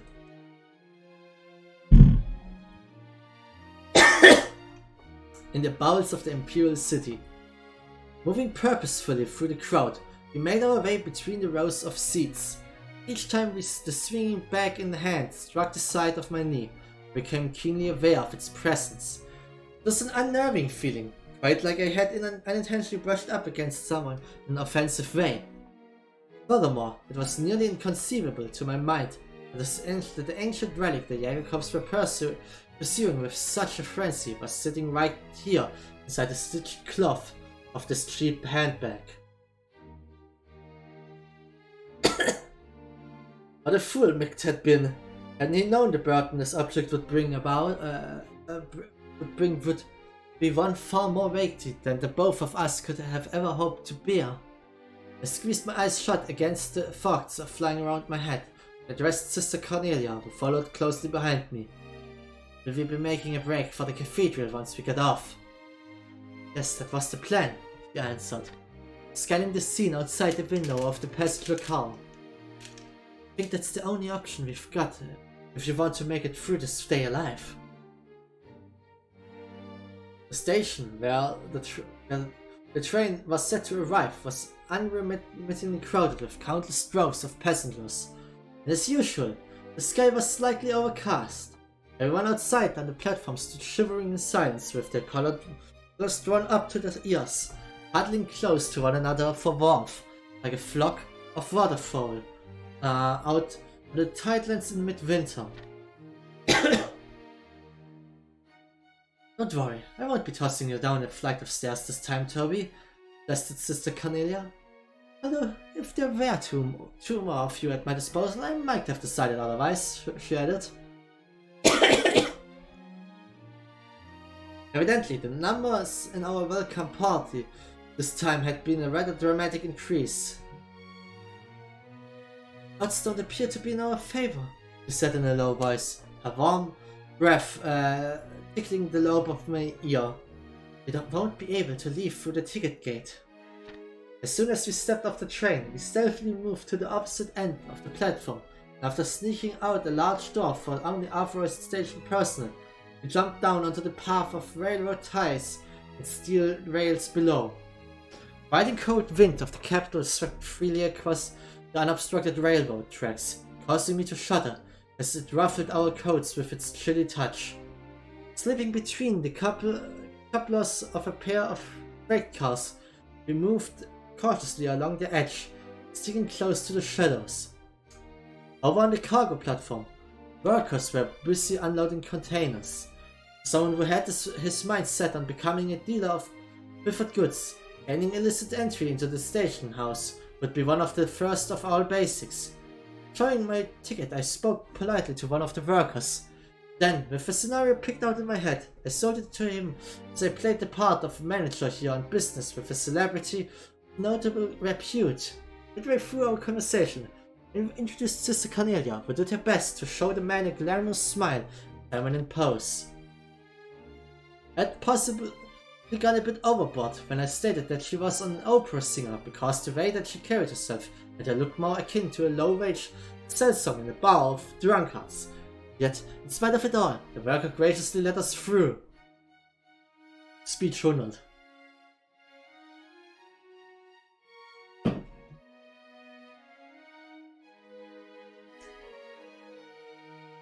So good at that it's you're so good at that, it's almost scary, Toby, Sister Cornelia said as we raced through the station's warehouse sector. You should seriously consider doing another job, she went on. I bet you're going to tell me to join the Brazier Guild, right? Come on, those guys would turn me down in a heartbeat. I said, as I laughed off the thought. Then, throwing the idea back in her coat, I asked, so how about... well? So how about yourself? Why don't you join the Brazier Guild? Reaching the end of the warehouse sector, we came to a stop in front of a large chain link fence. Sister Cornelia crouched down, and by sliding a drainage cover to the side, laughed at my previous question as if it were insane. Are you kidding? She asked. They'd gun me down at the second I set foot into one of their branches. The winding, narrow stone tunnels like the one we were in ran everywhere beneath the capital. We crawled along as the light shining down the drainage grates on the side of the large road above us illuminated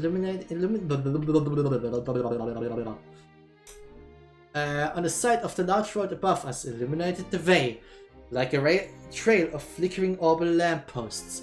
The feet of those walking along the avenue passed right by where we were, and a single person noticed us scraping our way along below them. For some strange reason or another, the world just beyond the thin, flagstone-paved road appeared so dazzling in my eyes. Yet, the Jägerkorps, loss of the artifact in hand, and a senseless sudden death, all of which had never crossed my mind before, lay in wait for me. Dared I to venture into the open world above?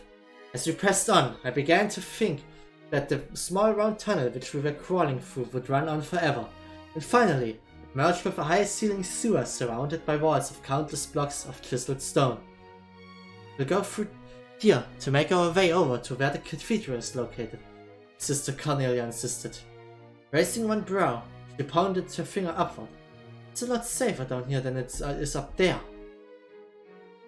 That's fine and all, but what are we going to do if it gets attacked? Sister Cornelia grabbed my hand, and with that, stepped into the muddy darkness beyond. Don't worry, Toby, she reassured me. Faith isn't the only thing supporting the church. Okay. Wir hatten das... War's gerade, oder? Ja. So. Okay.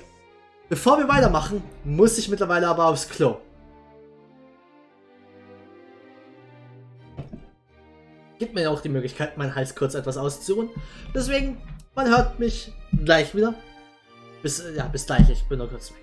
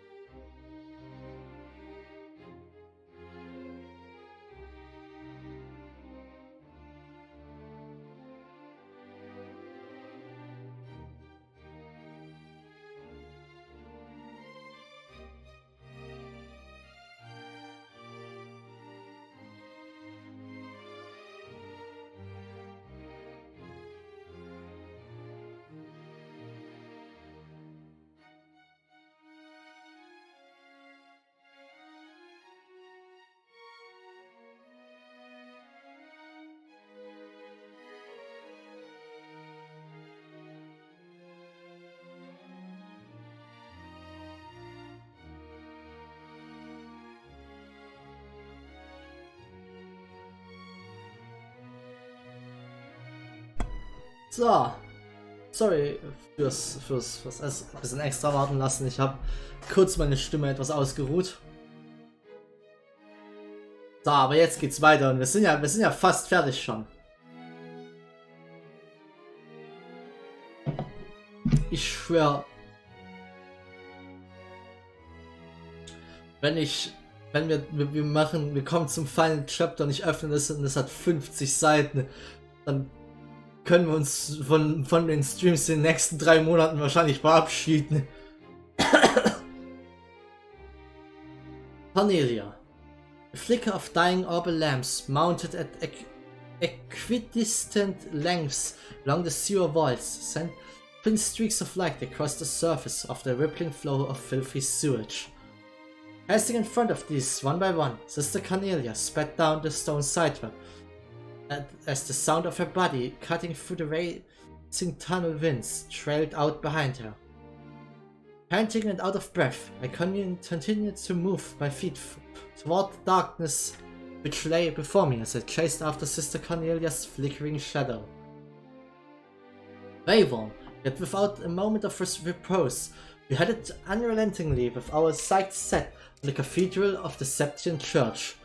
We moved swiftly across the moss-covered stone pavement, the clacking of our heels echoing in the dimly lit underground. Above ground, the walking distance on the city roads from the railway station to the cathedral was about 3 blocks. We made our way up through the drainage ditch just beyond the sluice gate. We would find ourselves in the public square outside the massive sanctuary. Up ahead, the light of another orbital lamp came into view. Turning her head in my direction and without a word, Sister Cornelia extended her right hand outward in a wide motion, indicating that we would be turning that way at the next corner. Then, as if preparing for something, she rolled both shoulders in a grinding motion and relieved the last of attention with a pop of her neck. It seemed to me as though she knew all too well what was lurking within the tenebrous, okay, ich kenne das Wort nicht, tenebrous conduit ahead.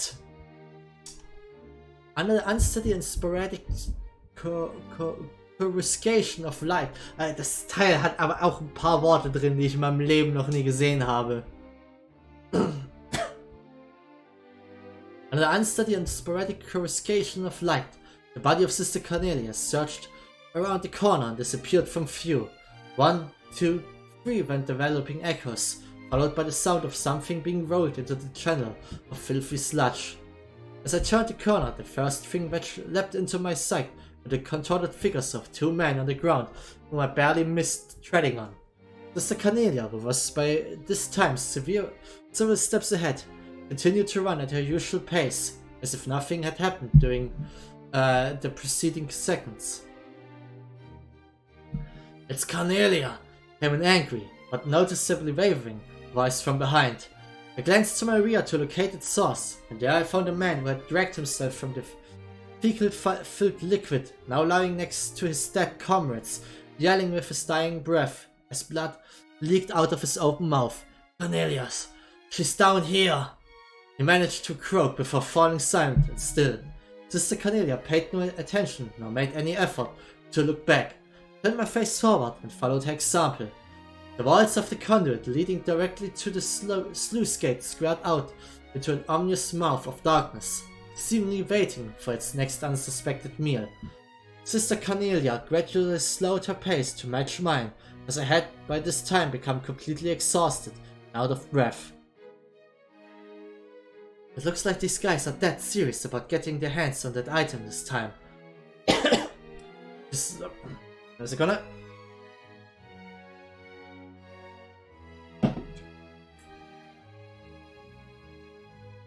She said, as she focused her eyes on the darkness before us. "So, were those men old friends of yours or something?" I inquired. Sister Cornelia turned to face me with her darkened scarlet eyes. "Is that what you heard from those bracers the other day?" she asked. I nodded my head and questioned her no further. With head slightly turned down, I forced myself onward, eyes fixed on tips of my boots. Unexpectedly, Sister Cornelia opened her mouth and said, You remember that woman you had a run-in with back at the inn? Not slightly. The whole reason I gave up my life as a mercenary is because I didn't want to meet a tragic end like that, he continued. Life of no meaning, forgotten by all. I looked up at Sister Cornelia and seeing a slight show of emotion in the side of her face, tried to repeat the same line of words a few times more before finishing her thought. If I'm going to cash in my life's chips, I think it's best that I fight for something worth fighting for. At least that way, I'd be able to leave a legacy of my existence behind.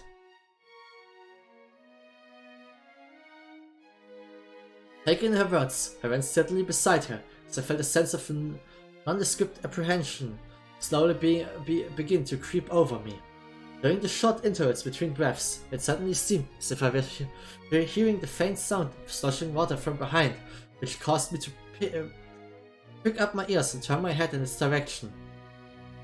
So you noticed it too, huh, Toby? Mr. Connelly slowed her step until finally coming to a complete stop. They've blockaded us from behind. There's no turning back now, she said, the direness of our situation heavy in her voice. We had arrived at an intersection where the conduit we were in and another crossed paths, and just beyond the wide, fetid flow of sewage water before us, I could see the dimly lit sluice gate. I placed my back against the damp bricks of the nearest wall and for a moment tried to catch my breath. Probably lying in wait for us, Mr. Cornelia assessed, stolidly, after glaring across the flowing sewage of the merged channels and then turning her head to the rear and narrowing her eyes again.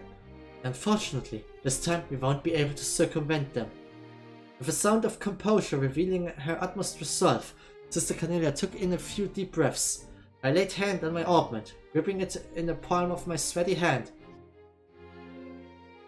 and then wrapped the strap of my bag securely around my opposite wrist.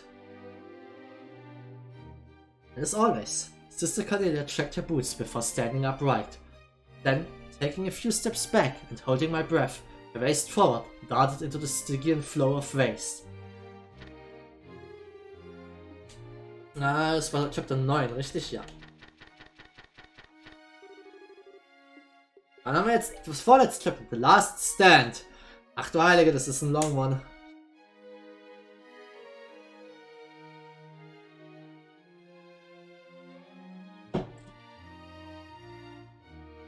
Sister Cornelia made such haste as she aimed for the path on the opposite side of the sludge-filled channel that I could have sworn she was actually running on the liquid surface, based on my observation of the minuscule spatters her feet produced. And of course, she passed me by in the blink of an eye. The space growing wider and wider between us as I continued to trudge my way through the filthy muck. Flashes of magic erupted from the darkness by the sluice gate and ripped through the air in rapid succession, while none of them could overtake the speed at which Sister Cornelia moved. In an unyielding offensive by the shadow aggressors, the settled feculence in the depths of the channel was thrown up in the form of a powerful tsunami, and in the instant before clearing myself from its destructive path, I feared that a terrible wall of sedimented filth would crush me under its weight and bring me to its unsightly end. With a mid-air spin to avoid the last of the oncoming magic, Sister Cornelia flew to the opposite side of the channel with incredible speed.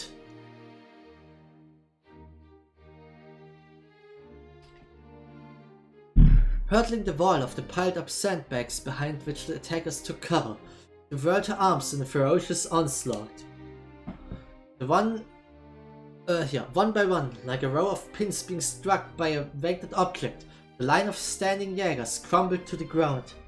Sister Cornelia's attacks were like a whirlwind of death, blurry with the speed of which they struck. They came in advancing at inconceivable angles, puncturing throats, slashing open arteries, and then they were gone. So it was that when I finally reached the cobbled path beyond the stagnant channel, not a soul was left standing besides Sister Cornelia and myself. cathedral is at the end of a ladder just beyond this gate, she indicated as she flicked dripping blood from her fingers like a child who forgot a handkerchief to dry her wet hands. Her eyes shone with the afterglow of battle.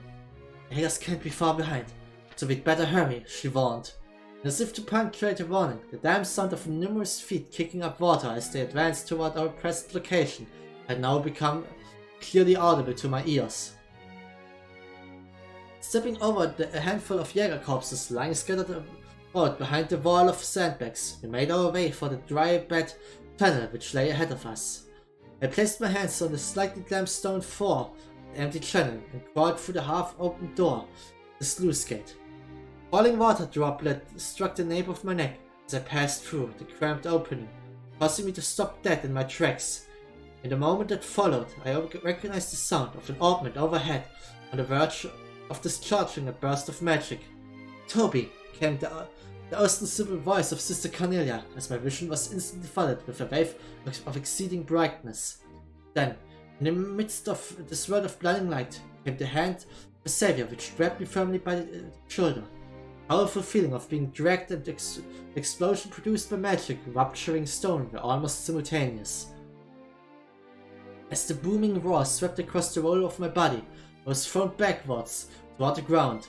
Despite my clouded vision, I managed to somersault before landing in the prone position. Choking on the filthy puddle I'd fallen face down in, I lifted my head in time to see a cloud of blackened dust being heaved from the mouth of the half-erased sluice gate door. And, as if my worst nightmare had now become reality, I watched as one after another, the blockading Jägers emerged from the smoky cloud, each bearing a glinting blade. I floundered about on the slippery mud and watched as the ranks sprang into action and closed in, the rugged facial features now visible to my eyes. Instantly rolling to the side, I unsheathed my hidden blade as I attempted to deflect a wide-arching slash of another with my back.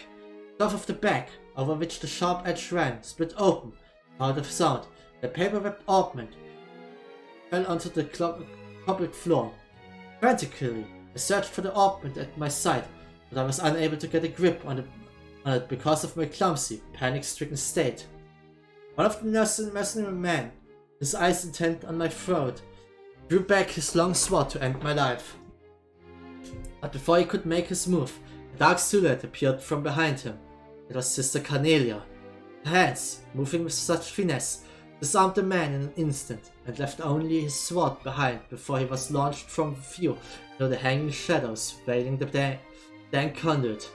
As the sound of the falling sword struck the ground with a high-pitched clink, Sister Cornelia dropped to her knees. Her soft whispered words were full of regret.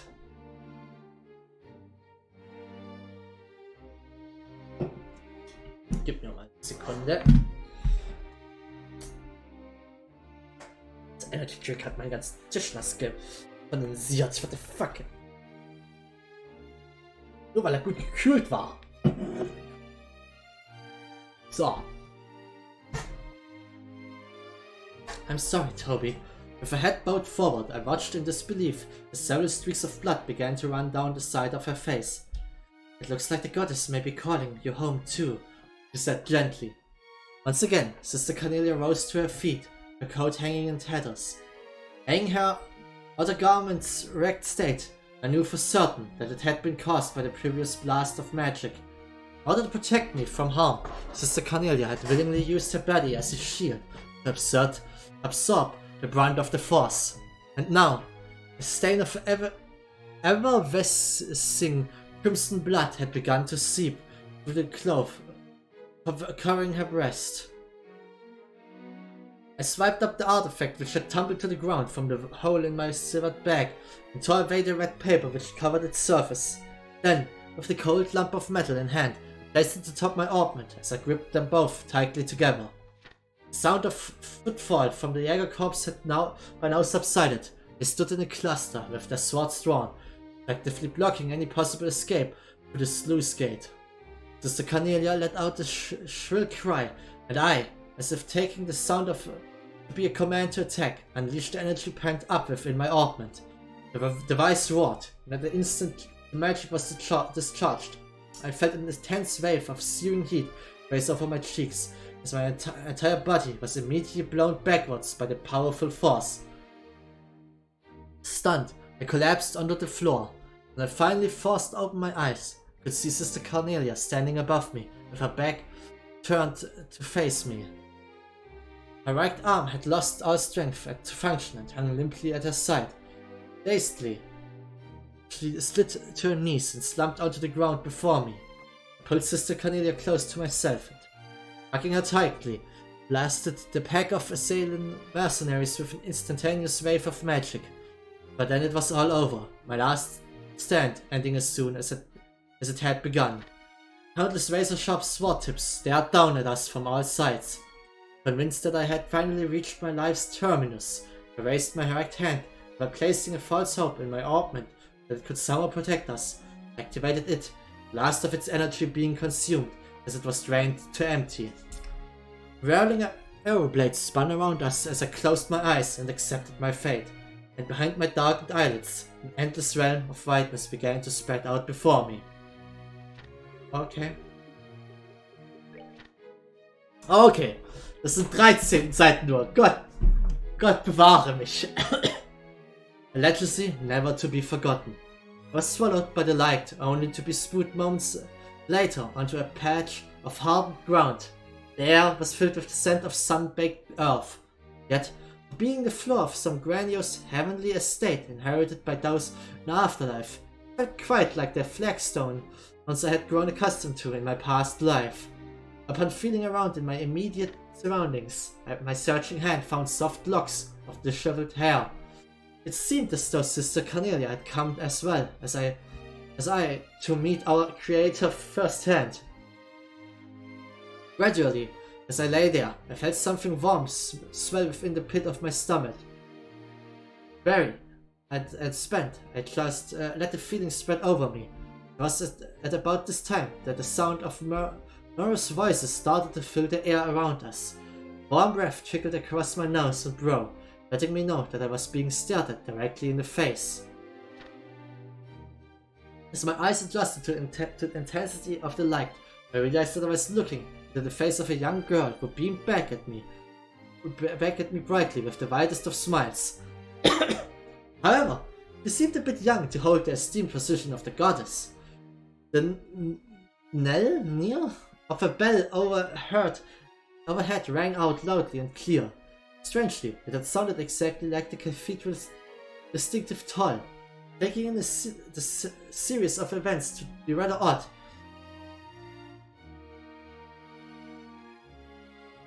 I picked myself up, and at last awakened from the dream which had temporarily invaded my senses.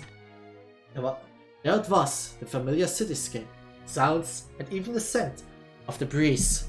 I knew the place by heart.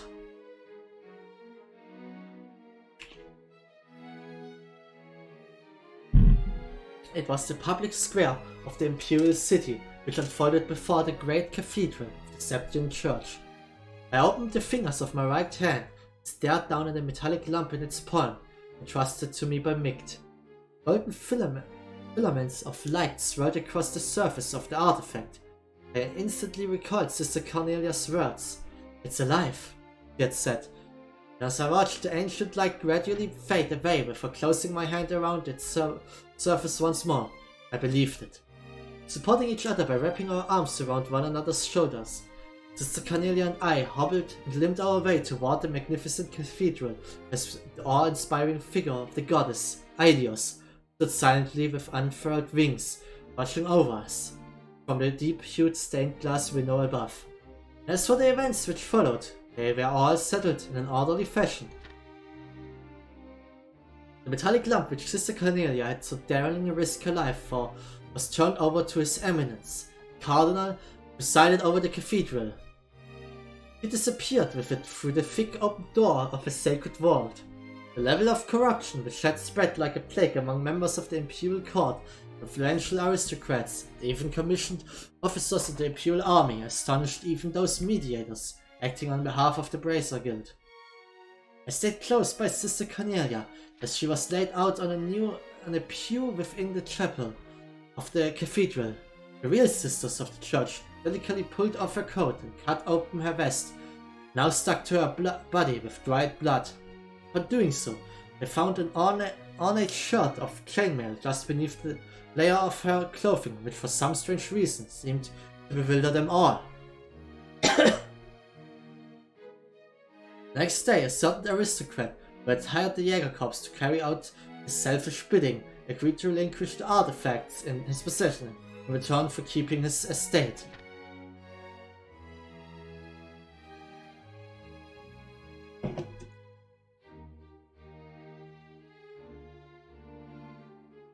Hence, his collection of forbidden antiques were parked under the safekeeping of the Septian Church.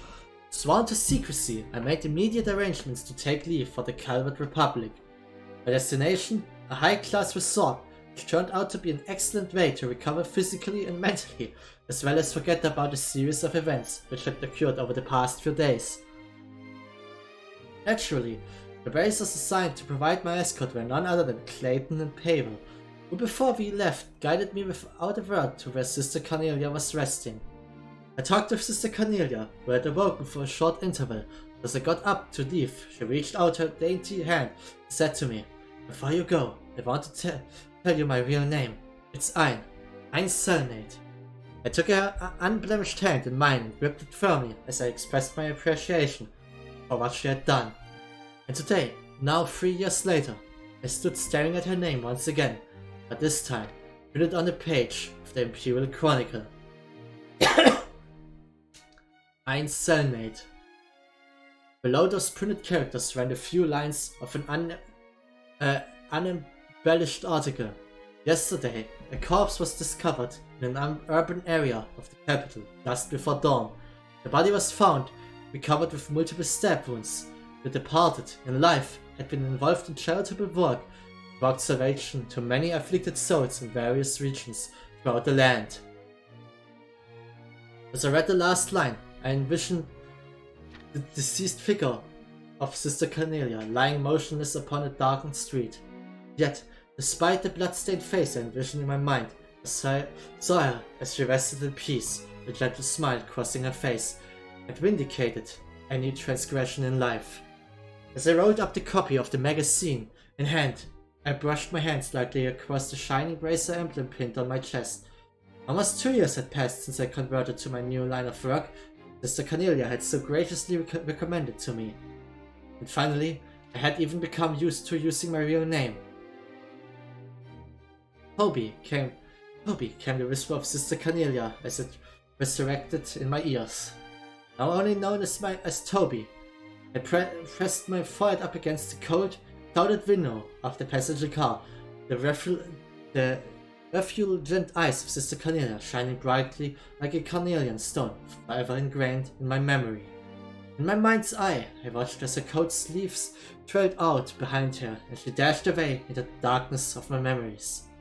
Opening my eyes, I gazed out through the window glass, and there I saw the bleeding rogue-colored illumination of the Imperial City as it faded away beneath the heavy white fog. The end. Okay! Wir sind durch! Oh boy! Meine Stimme. Es hat ja nur mehr als eine Stunde gebraucht.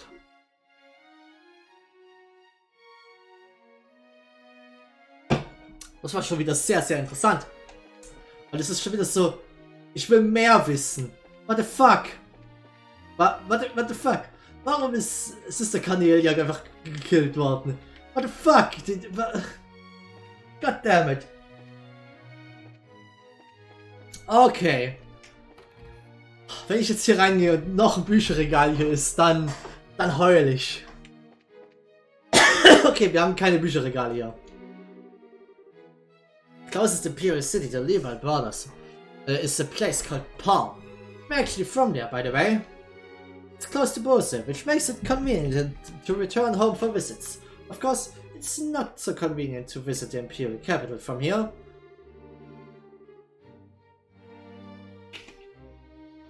There aren't any public scheduled liners in Erebonia, so I have to switch over to the railway system. Okay. Hey, Olivia. I heard you went to the hot springs. I'm so envious. I've been working until I'm dead on my feet getting ready for the signing ceremony. Okay.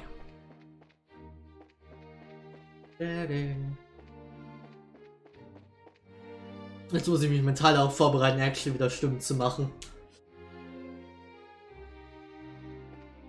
Okay.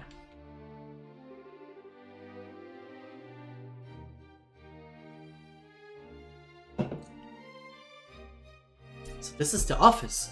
Wow. Ah, indeed. Shall we make our grand entrance and shock the ambassador into silence? My look can't totally cut you in half, you know? I apologize for the wait. Our trainer will see you now. Let's go then.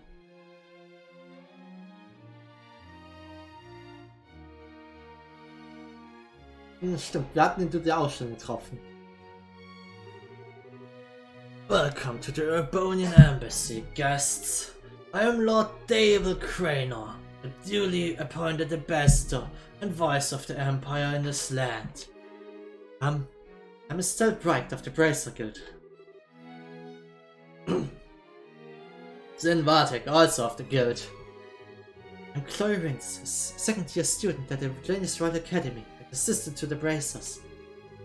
And I am the servant of love and peace, Olivier Lehnheim. Ah, you. I'd heard you had gone missing in Elmo Village.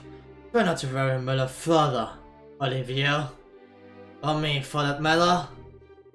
Such a strict dressing down. Much more than I'd have to lose my jacket. Setting that aside, you're here to inquire about the threatening letter, yes? What do you want to know?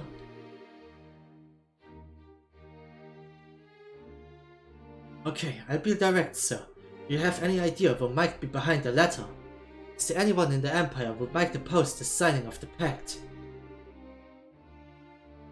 My, you are direct, young Bracer. I appreciate that.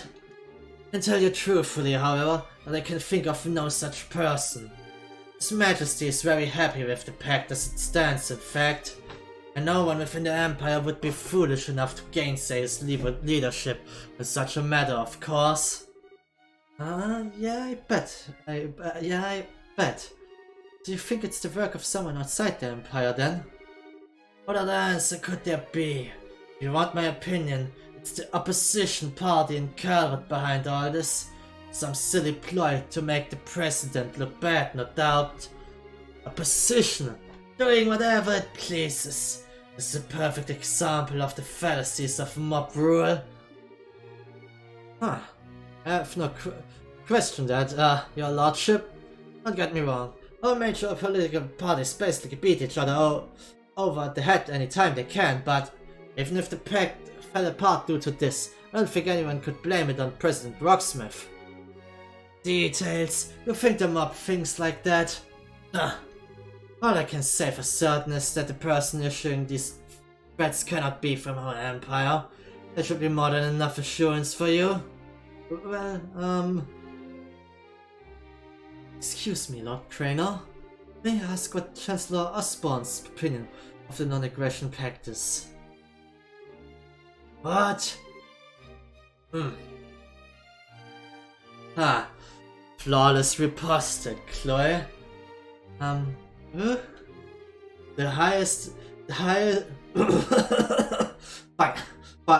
The highest appointed official of our most glorious and august imperial government. The Blood and Iron Chancellor, Goliath Osborne.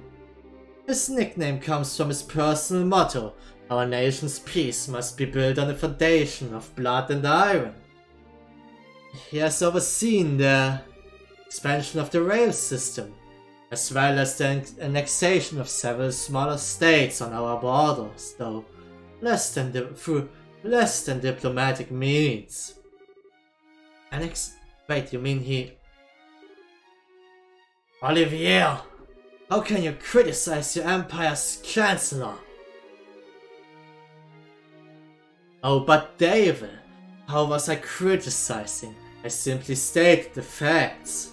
But come now, it wouldn't hurt to be a bit more cooperative, no?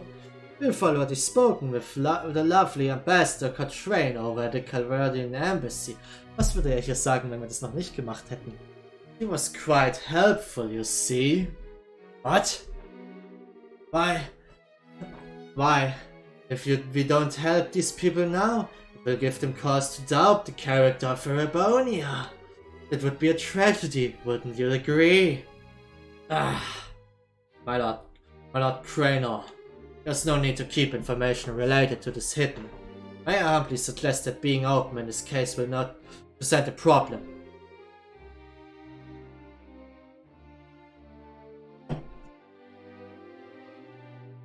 Yeah, you have a point, Müller. Very well. To answer your question, Miss, Chancellor Osborne, like His Majesty, is most receptive to this pact. In fact, he is actually the one who suggested His Majesty should sign it. Really? That's because he's looking forward to getting the engine, right? No. Apparently he recommended it to His Majesty before any mention of the engine.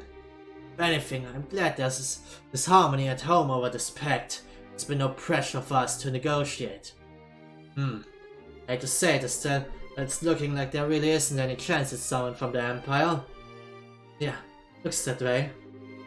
Master, thanks a lot for answering our questions. See, it is as I said. If you're looking for the guilty party, you should look elsewhere. Oh, but one sec. If you don't mind, we have one more question. I still asked Lord Cranor about Ren's parents. Yes, a most pitiable situation. The separation of a child from her parents. Imperial traders do visit the embassy at times, but merchant from Crossbell, I do not recall such a man, no. Are you familiar with this Haworth, Müller? No, never heard of the man either. Really? Oh, this is starting to look kinda grim. Search at once for both a blackmailer and a lost child's parents sounds most trying. It may seem trite, but I do wish you luck, young lady. Thanks, Lord Cranor. Allow me to show you to the gate, then. Hey.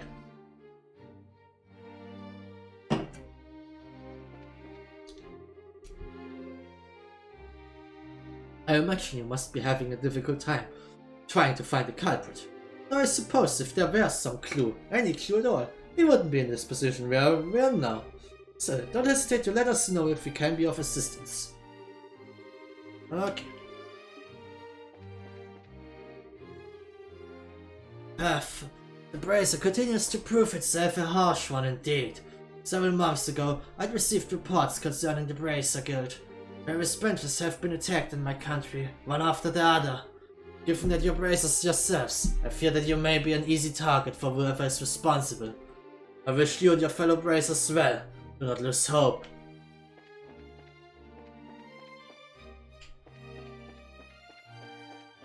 Okay. Thanks, Müller. Working with the best of us a big help. No, you don't need to thank me. I didn't do anything important, really.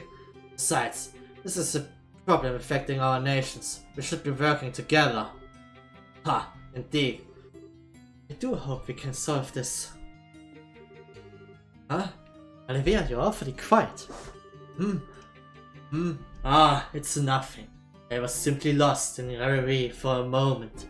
It doesn't concern our current business. Pay me no mind. Okay? Olivia, you'll be staying here at the embassy in the evenings while you're here in Gransel, yes? Oh, well else. I would not miss the chance to have more sweet dreams in your bed as always. What? Oh my.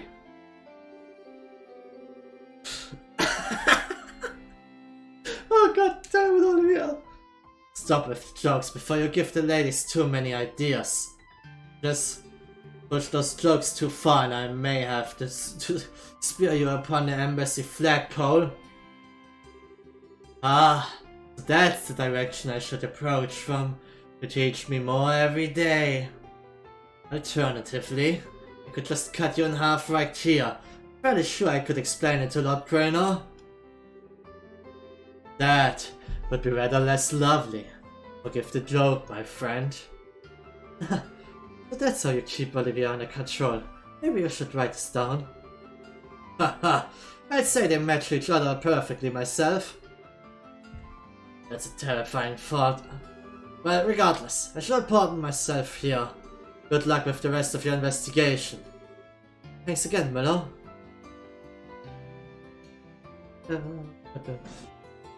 Weißt du, was ich lustig finde? Die Leute haben actually keine Default Standing Animation. Die haben, sie laufen alle auf der Stelle.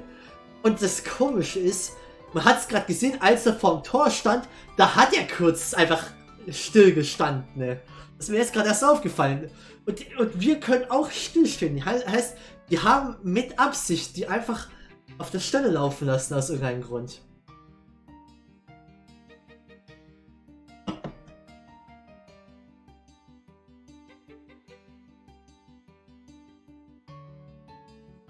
If the embassy is out of the way, all that's left is the legal news. Hopefully Niall or someone will be able to help us. Hopefully. Shall we be off? Wir haben theoretisch noch das Grand Castle, aber ich glaube, wir reden da nicht drüber, weil wir actually das schon gestartet haben. Vielleicht sollten wir auch zuerst zum Grand Castle noch gehen. Wie sieht das aus hier? Wir haben eigentlich erst nur 2,5 Stunden, aber meine Stimme ist, sagen wir mal, mitgenommen. Dabei haben wir halt heute echt nicht viel gemacht schon wieder. Was mir leid tut. Ich würde echt gern weiterspielen. Ha. Gehen wir nach Grand Castle. Die einzelnen Besuche brauchen ja nicht wirklich super lange, deswegen können wir das vielleicht noch abschließen.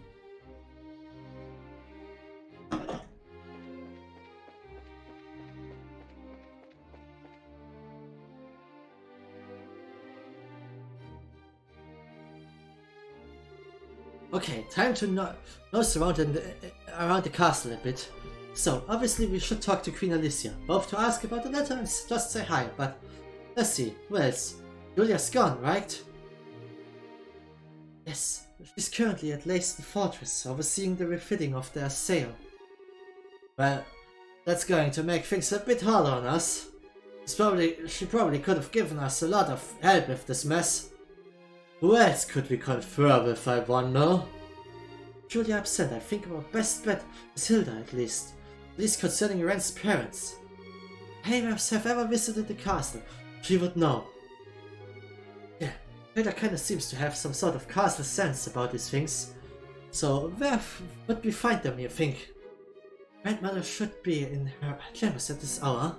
And Hilda, if she isn't in the maid's room, they can tell us where she is, at least. Good idea. Maid's room in the Queen's Quarters. Off we go. Oh Gott, wir haben aber theoretisch eigentlich das gesamte Castle zu erforschen, richtig?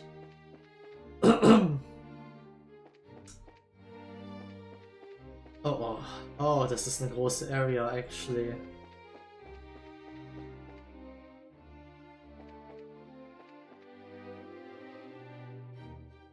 Okay. At the moment, Captain Schwartz of the Royal Guard is away. Welcome to Gransel Castle. I'm afraid Captain Schwartz isn't here right now. He's currently stationed at Leyston Fortress for the potential of the Essel's engine. To think that the already state-of-the-art Essel can go even further. I wonder what kind of ship it will become. Was haben wir denn hier sonst so? Ich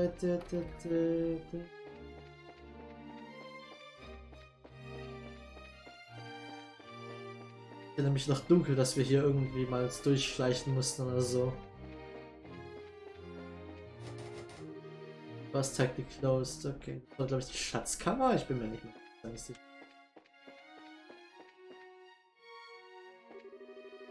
Once we closed the door leading to the sewers, we finally stopped getting so many rats in our storehouse. Really, the nerve they had to chew on food the people put so much effort to bring in. Nasty, nasty little creatures. Okay. Why, Your Highness Claudia, I see you are most well today. May I ask what brings you into my humble kitchen? Okay. The head cook is incredible. It's crazy how many recipes that guy knows. Maybe I can get him to teach me a few. Okay, dining hall. What is it? Very sorry, but I'm busy cleaning here. Wir haben so viele Wege hier. Oh, the maid quarters. Go straight ahead for a while, and you'll see a big entrance. Go to the right of that is the entrance to the maid quarters. Okay, dann. Was haben wir hier drüben noch? And this is slowly normalizing, but I'm still quite busy. There are still many inquiries from the citizenry about the coup d'etat. I'm in charge of various kinds of reparations, but there's just a mountain of problems to get through. I imagine my wife's enjoying a non-stop fishing by now. At this rate, not only am I going to be worthless as a man, but my position as a husband will be in danger. Alright, if I just train in secret, I'm sure I can catch up to my wife. Okay. We're still cleaning up after the coup d'etat. Right now I'm investigating the intelligence division's budgets and their real expenses. From the looks of it, there are signs the budget was manipulated. Where could this money have gone to? Okay. Oh. Was haben wir hier oben? Ah ja, stimmt, hier haben wir die Quartiere, oder?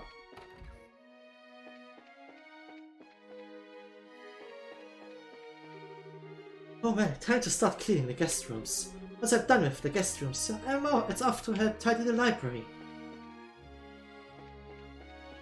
Ein Gast. Ein Gast. Ein Gast. Hier geht es doch. Castle Blueprints, the 7 treasures, the full details of the 100 Days War. I was tasked by Your Highness to compose a list of the books removed by the Intelligence Division. Wonder what they were investigating. A curious selection. Oh! Verdammt, okay, ich habe sie automatisch schon gefunden, verdammt! Princess Claudia and Mr. Stell too. Hello, Hilda. Sorry if I startled you, but I just got back. Hi Hilda. Sorry I've been out of touch. It's quite alright. I'm glad to see you well. I said the princess has been assisting you, Estelle. Very glad to see the two of you home safe. Aw, Hilda. You're embarrassing Estelle, Hilda. Speaking of helping Estelle though, I've returned partially to inquire about something the guild is investigating.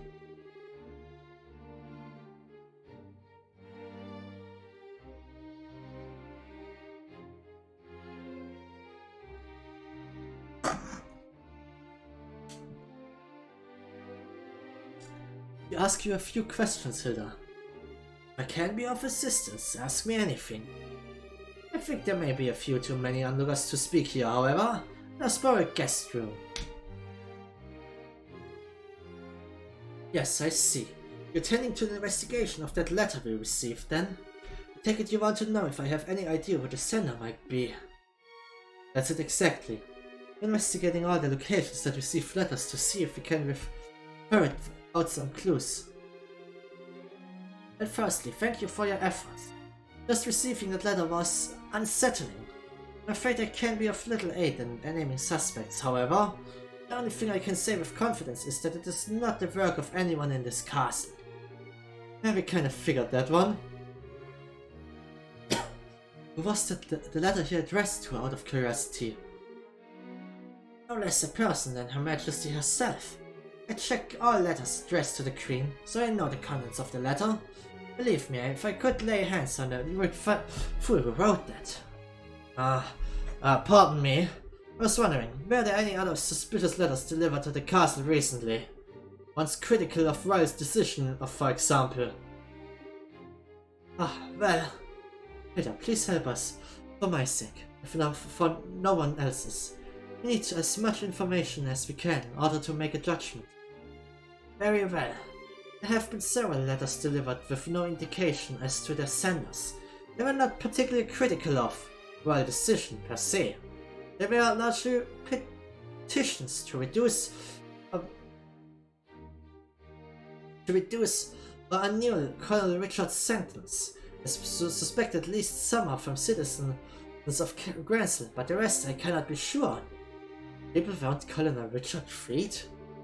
No less than expected of the man who once strove to be my rival. His popularity endures, even after his capture and shaming. Colonel was very skilled and competent, and everyone knows that. It is not usual at all to see people regret losing him. I wouldn't personally bet on those letters not being related to our little threat. Requesting something out of the royal hand is one thing, trying to force it to do something is a very different thing altogether.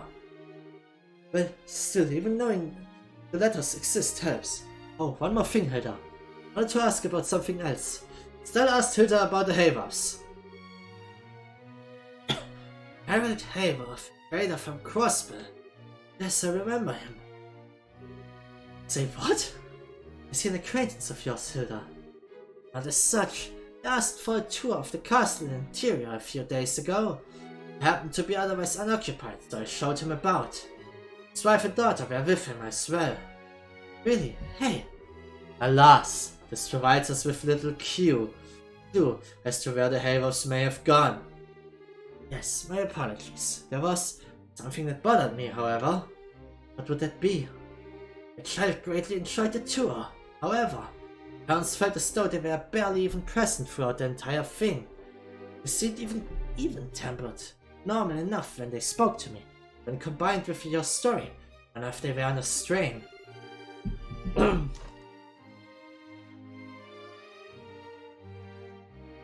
Not being able to pay attention after coming to see a place as a tourist. Sounds like something was on their minds, alright? Yes, it seems likely they were in some kind of trouble even then. This may give us a clue as to where they went. Thank you very much, Hilda. I think this gave us some good leads. I'm glad I could be of help. Oh, Princess, you'll be staying here in the castle tonight, I trust, if your friends lack accommodations. Well, I'd intended to stay here while in Gransel, yes, but, you know. Well, how about it, everyone? Ah, you forget. They are expecting me to be a pest at the embassy tonight, and I can hardly disappoint. I do appreciate the offer, however. Yeah, I've got what's basically a permanent room at the Calvardian embassy.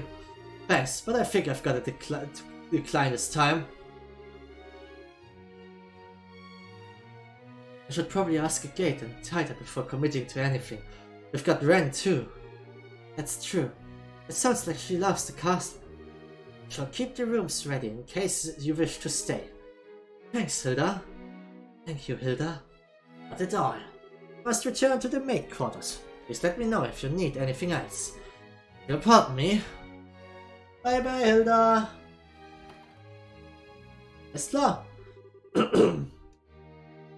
Okay, so we still need to meet with the Queen. Would be in her chambers, right? Yes, I'd be surprised if she isn't. Let us not keep her waiting then.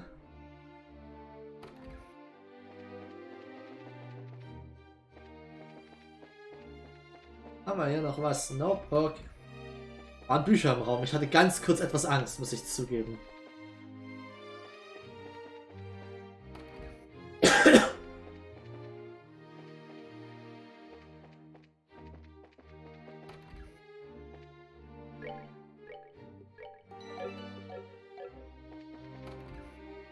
Speichern wir mal einfach ganz kurz, dass wir ein bisschen unsere Fortschritte gespeichert haben. Ich meine, wir haben nicht viel. So, ich meine, das Replay von all dem hier wäre sehr, sehr schnell. Aber trotzdem. Hi, Your Highness Claudia, welcome home. You like something? I would be happy to prepare some tea. Okay. Abwarten und Tee trinken, die Lounge. Ich erinnere mich, wir waren ja mal bestimmt, glaube ich. mittlere bestimmt mal drin gedrückt. Hier oben jetzt weiter müsste richtig sein. Deswegen erstmal die mittleren Wege entlang.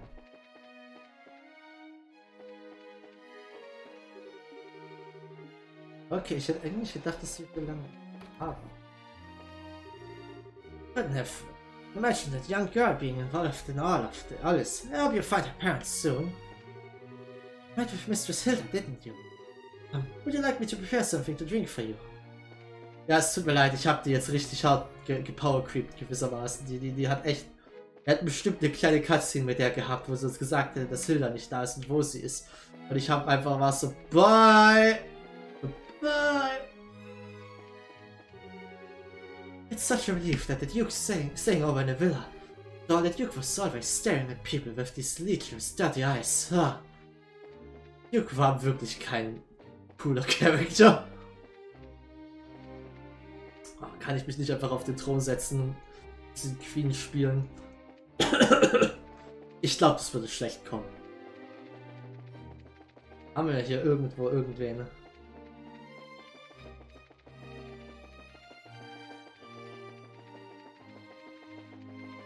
Hey, es ist der Ort, wo wir am Anfang waren.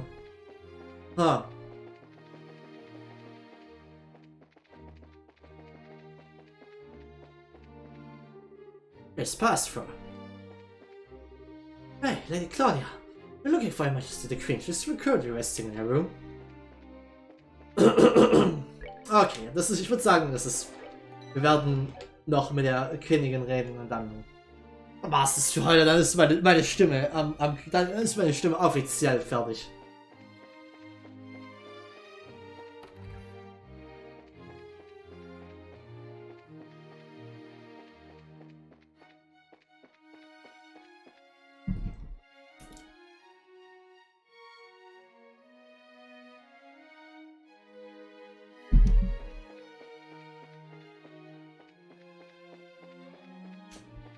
Okay.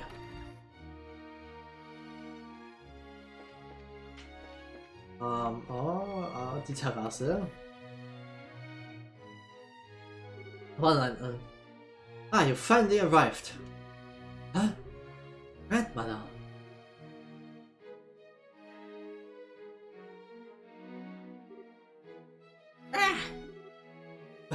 Sieg. I see.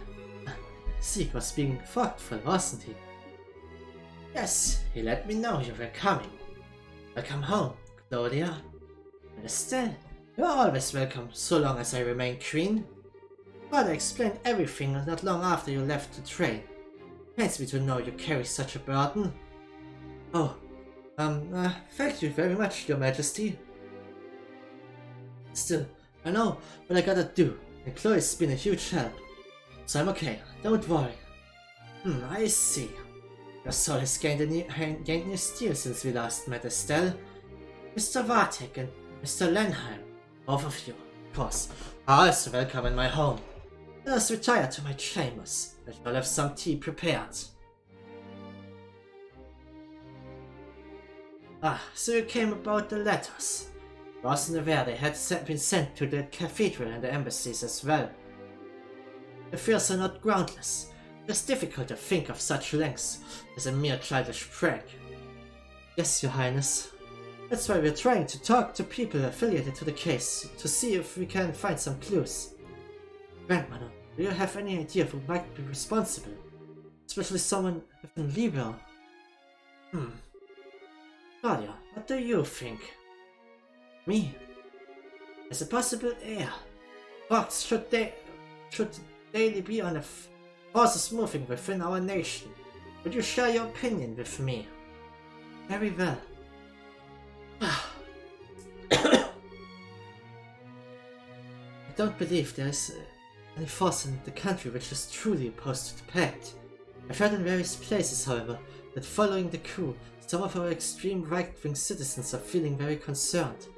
The frustration might be at the root of these letters. Maybe. Very good. My opinion is more or less the same. Sorry, but I don't quite follow. Colonel Richard. was not the only man who approved of the idea of expanding and empowering our military. In the wake of the failed coup, however, the matter is effectively untouchable. I can only imagine all who share his mindset are quite dissatisfied, worried for our safety. Okay, so you think the letters are from believers in military control and expansion, like the intelligence division guys still on the run? That would be the short of it, yes. That is the case, and I would say I bear the responsibility for this as much as they. It was my beliefs that led them to take such action in the first place, after all. Grandmother. I don't know. I don't think they have the right to be all blah. Let's threaten people and be scary because we're sore losers. No. There are few things more precious than the freedom to express oneself, Estelle. Remember, even those who promote military empowerment and the war footing to do so out of love for Libel and its people. They have as much right to express that idea as any of us have ours. Listening to all such opinions and choosing how to guide the country, that is the ruler's responsibility.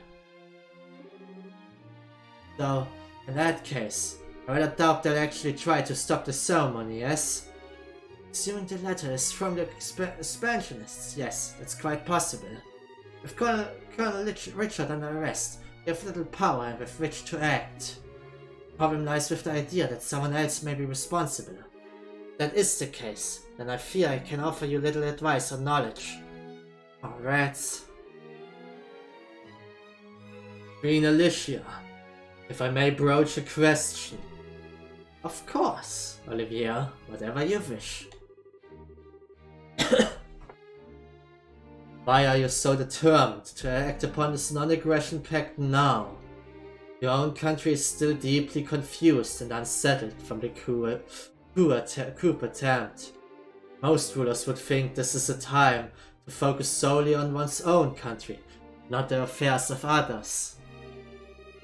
Olivier, you are talking to a queen, you know?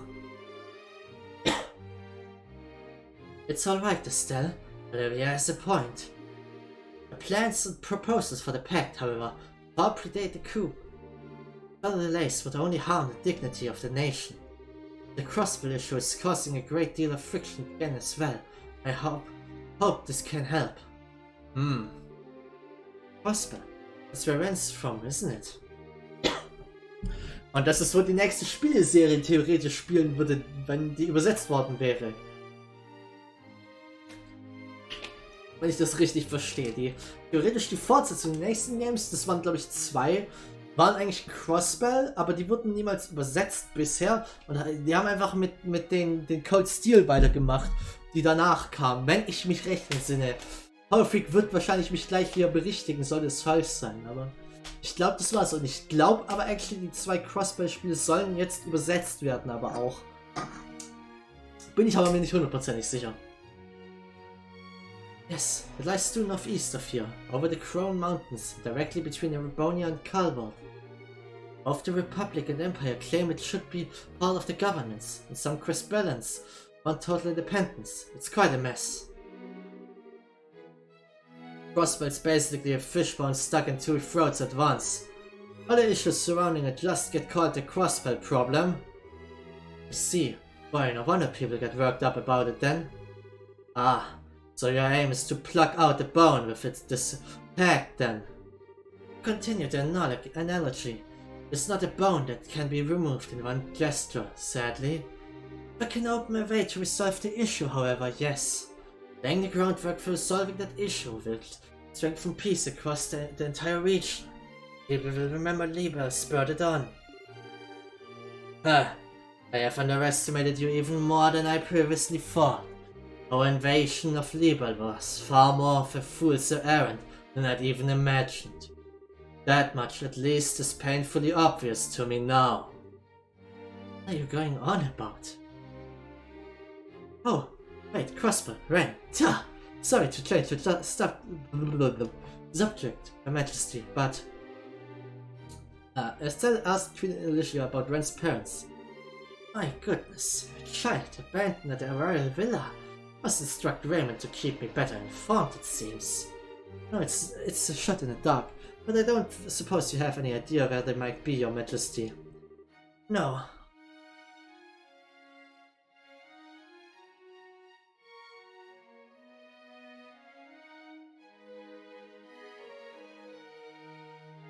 Was ist hier gerade in meinem Chat passiert, Locher? Darf ich kurz nachfragen, was hier los ist?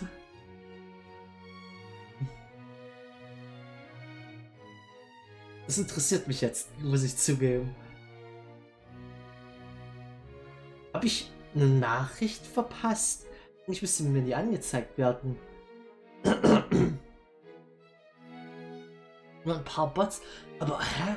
Haben die irgendwas geschrieben und ich habe es übersehen? Oder hast du die irgendwie präventiv hier geklatscht, wie auch immer? Holy hell.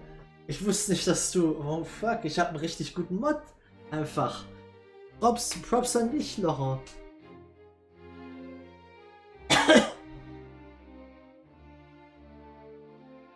Holy shit. Du hast es mitbekommen. Fuck, ich muss besser, ich fühle mich so stümperhaft, wenn ich bei dir Mod mache und mir wäre sowas wahrscheinlich nicht aufgefallen. Ich habe meistens so den Chat offen. Es gibt, glaube ich, eine eigene, so eine Mod-Ansicht, wo man wahrscheinlich sehen kann, was so ein bisschen mehr sehen kann. Okay. Vielen Dank aber.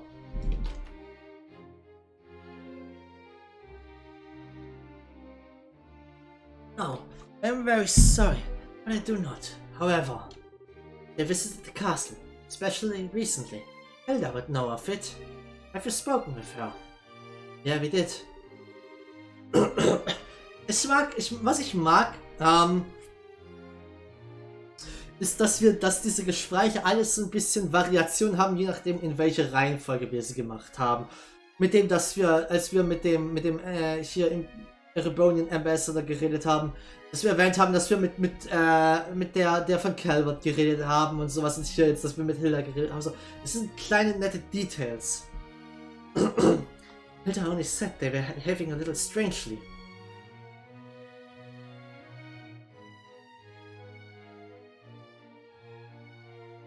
Noch mehr. Another DTE Viewer.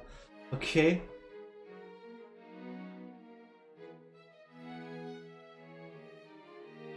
Interessant.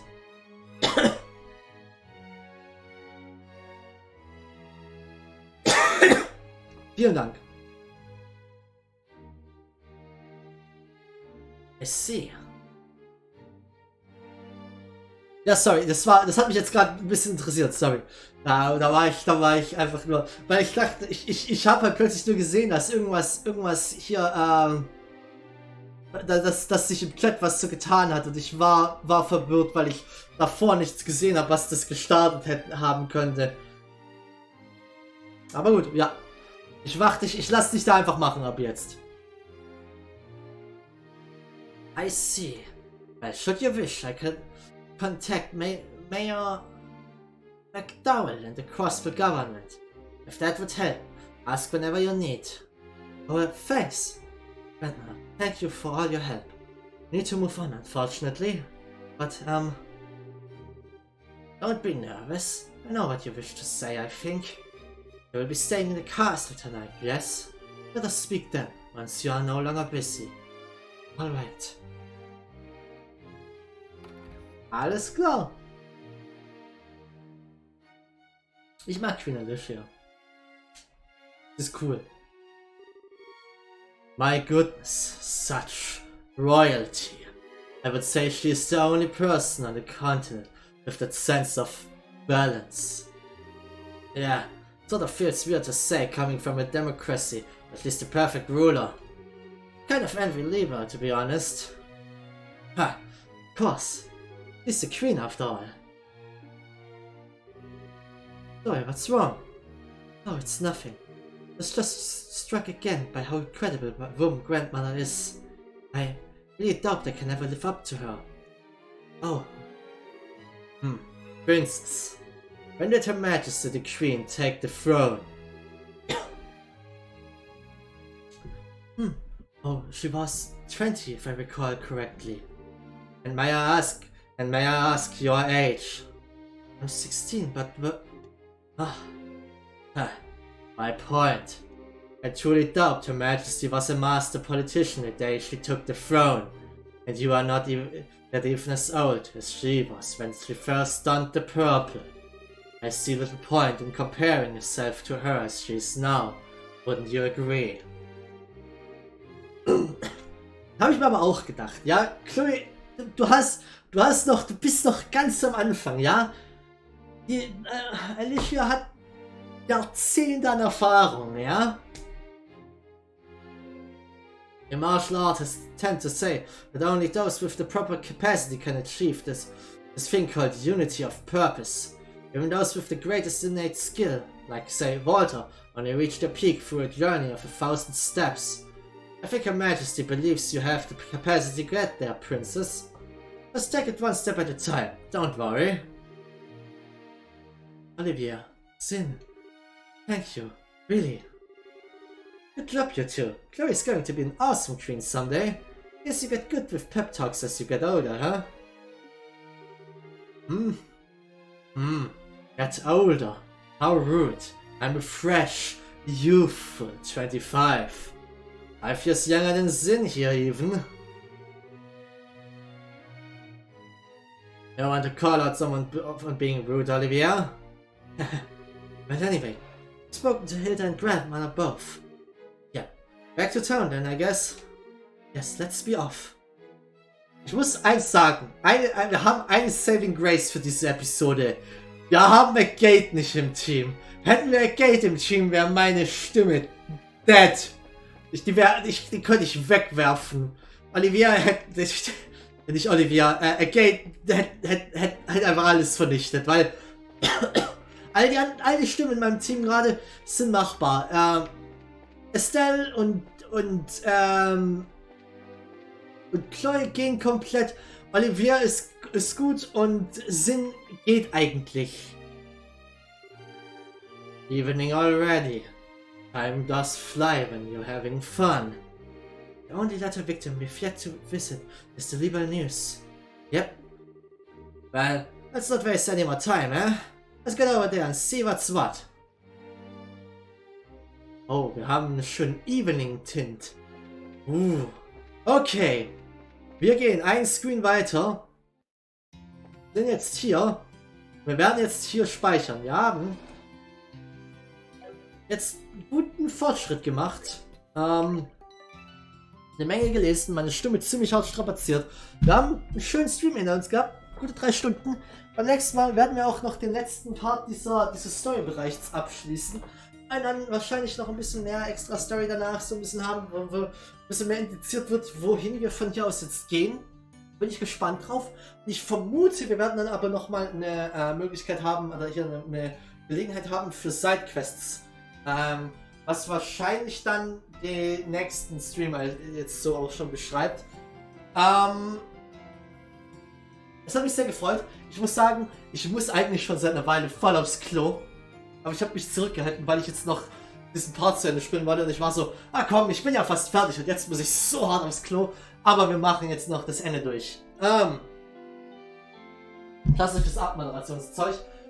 Nächster Stream, dieser Samstag. Ja, Omori spielen wir weiter. Wir haben beim letzten Mal sehr viel interessantes Zeug erreicht. Und schauen wir mal, was wir in diesem Stream erreichen. 20:30 ist angepeilt. Wie gesagt, falls sich irgendwas an der Zeit ändert, ich lasse es euch wissen. Und nächste Woche Donnerstag wird es auch weitergehen mit Legend of Heroes Threads in the Sky. Ich bin mir ziemlich sicher, dass der Stream stattfinden wird. Wie ich am Anfang gesagt habe, es kann sein, wie gesagt, ich bin jetzt im letzten Monat meiner Bachelorarbeit. Es wird ein bisschen stressiger möglicherweise werden und es kann dann sein, dass wieder Streams ausfallen. Aber ich würde vermuten, nächste Woche ist es noch nicht so hart. Deswegen, nächste Woche sollten wir das hinkriegen. Und da freue ich mich drauf. Ich möchte weiterkommen in diesen Spielen. Weil ich habe richtig viel Spaß eigentlich an beiden Spielen. Und deswegen, ja. Okay. Ich würde sagen, wir sehen uns in meinem nächsten Stream, diesen Samstag. Ich gehe jetzt gleich aufs Klo. Ich hoffe, ihr auch. Wir sehen uns in meinem nächsten Stream. Bis dahin dann und tschö tschö.